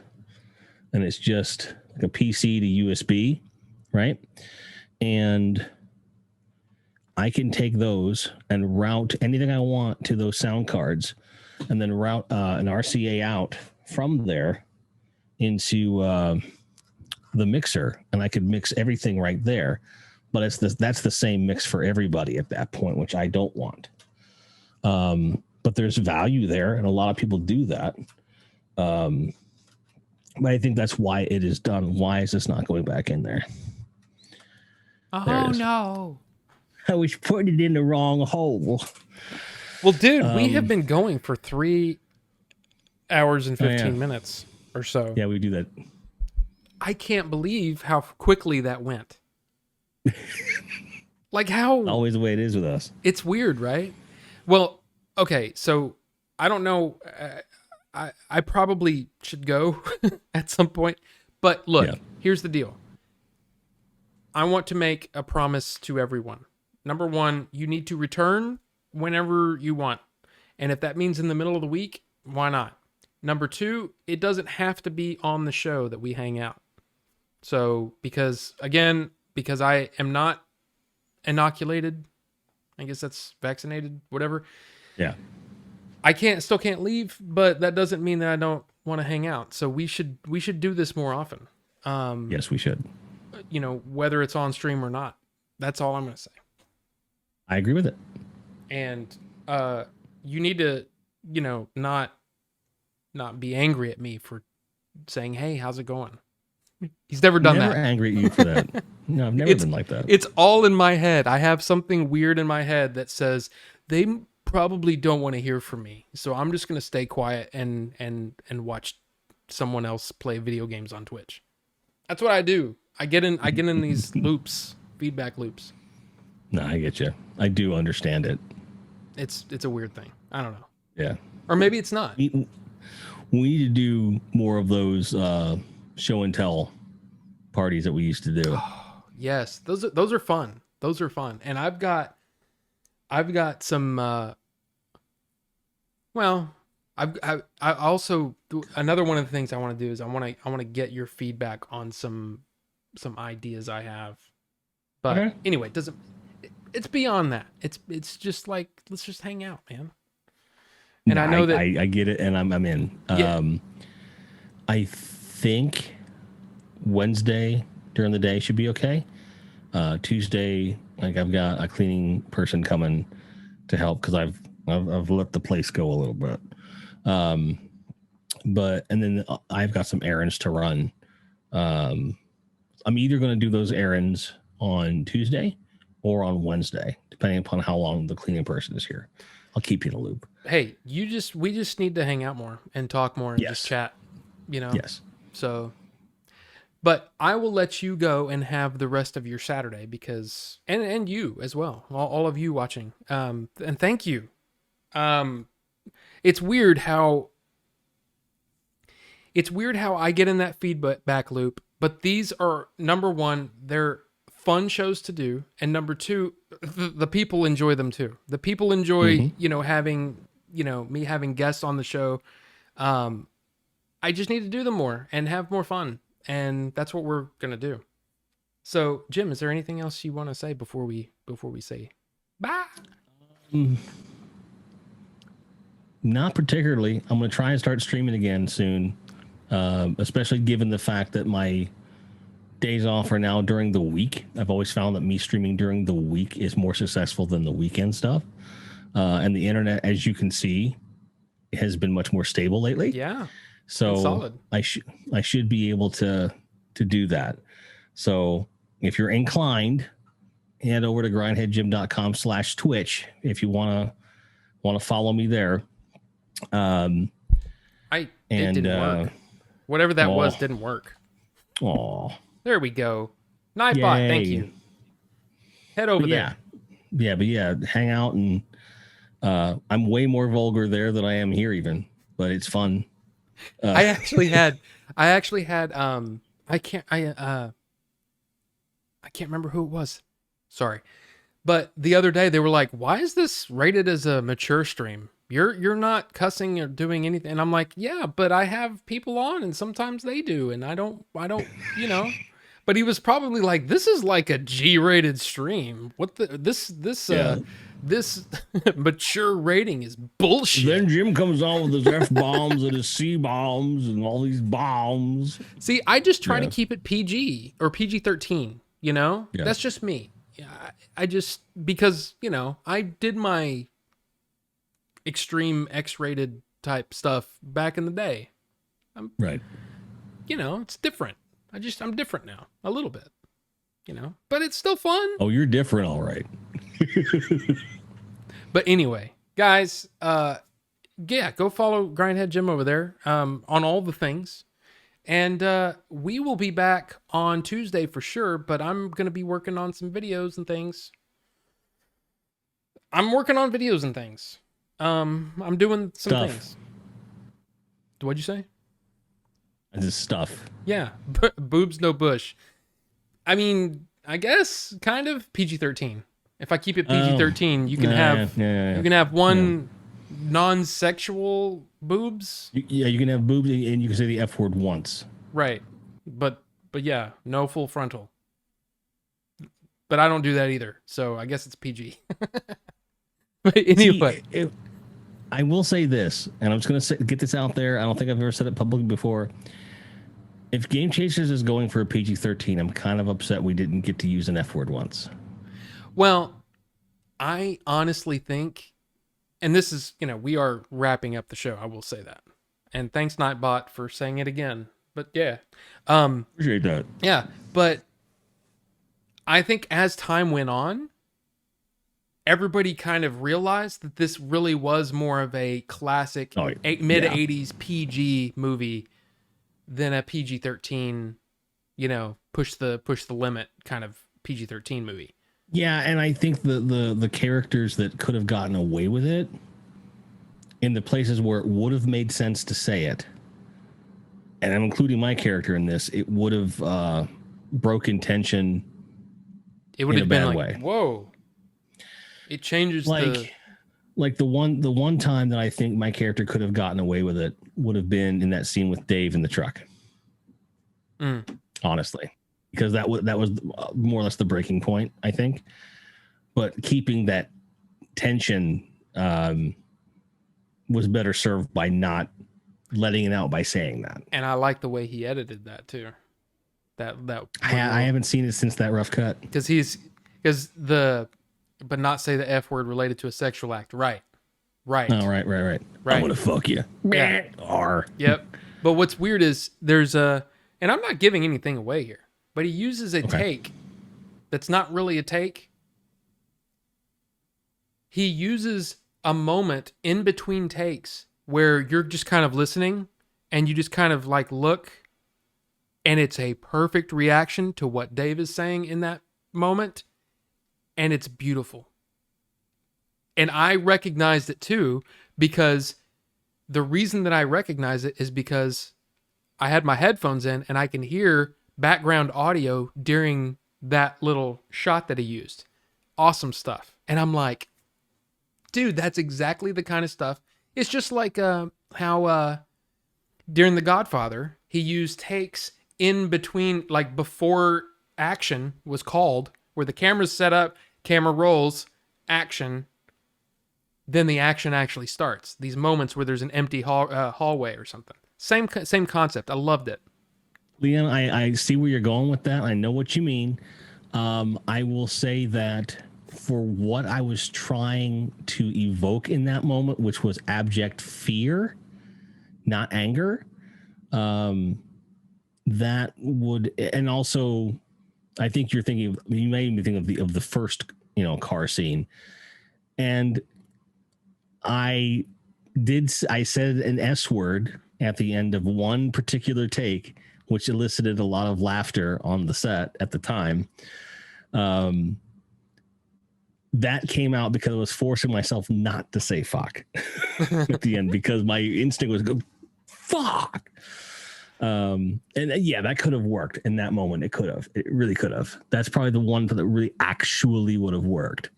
But I'm okay with it not being in there. Like, it doesn't have to be there. I'm fine. I'm all about liberal use and non-use. It's all good. But there's just, but you're right though, to go back to like the edit stuff, like there's a lot of stuff he's talking about getting stuff. He's like, they're reshooting the whole attic thing. Yep. They're reshooting that whole thing. I think that's what he was in Austin for, honestly. I think that's what he was doing. I just hope he gets what he wants from that, because it sounded like he sounded very positive about it. Yeah. Between that and the scene that you helped him with the side shots on, I think those two things really were weighing on him. And the way I can tell that must be going well is that he seems less focused on getting those shots of me running. Because I think that he was latching on to things that he could get because other stuff wasn't coming together. And I think that he's like, well, if I got these two scenes to work, I can just editorially make the running thing work. Again, I don't know though. Like I said, I've seen the rough cut. So the latest rough cut. No, it's not the latest. There's a new cut that I haven't seen. I think. Oh, okay.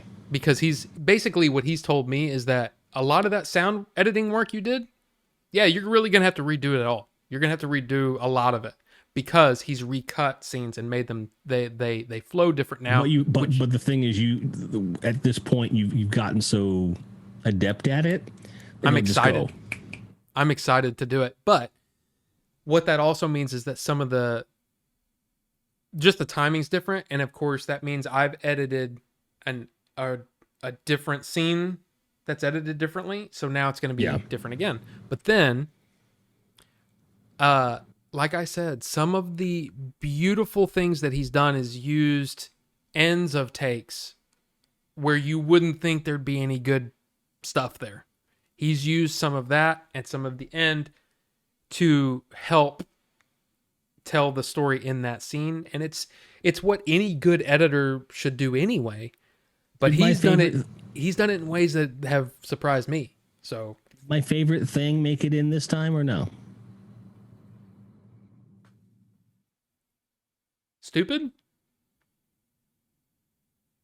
No. Okay. No. We're thinking of different things. The intense one. Oh, I don't know. That's what I'm saying. I haven't seen the new cut yet. Like in the last cut you saw, was that in there? I don't think so. And I think it's because there's a... Okay, how can we do this without giving stuff away? There's an intensity... We should stop the conversation. Maybe we should stop the conversation and you and I can talk offline. This is more of a you and me conversation anyway. We could, but it is an interesting thing. And this is just in character stuff in general, right? When you're doing a movie, there are character arcs, and they can be like this. It can be up to here and then off because you're dead, or it could be. There's all kinds of things where characters make decisions. Yeah. At that moment, you're starting to lose it a little bit. I think is what if it's the scene that I'm thinking that you're thinking. Yes.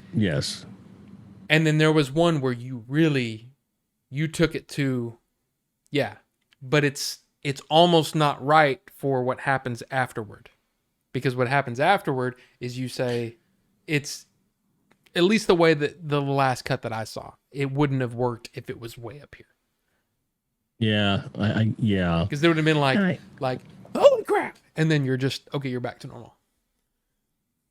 So yeah. It better be on the deleted scenes bill. Hey, that's all I'm saying. I think that there's room for all of that, and there might release the third cut. Exactly. Yeah. How about release the first cut? But no.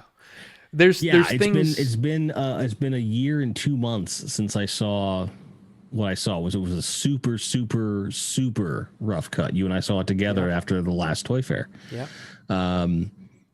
And the edits were really rough. There was stuff that got cut off. It was just trying to. It was assembly cut, is what it was. Yeah.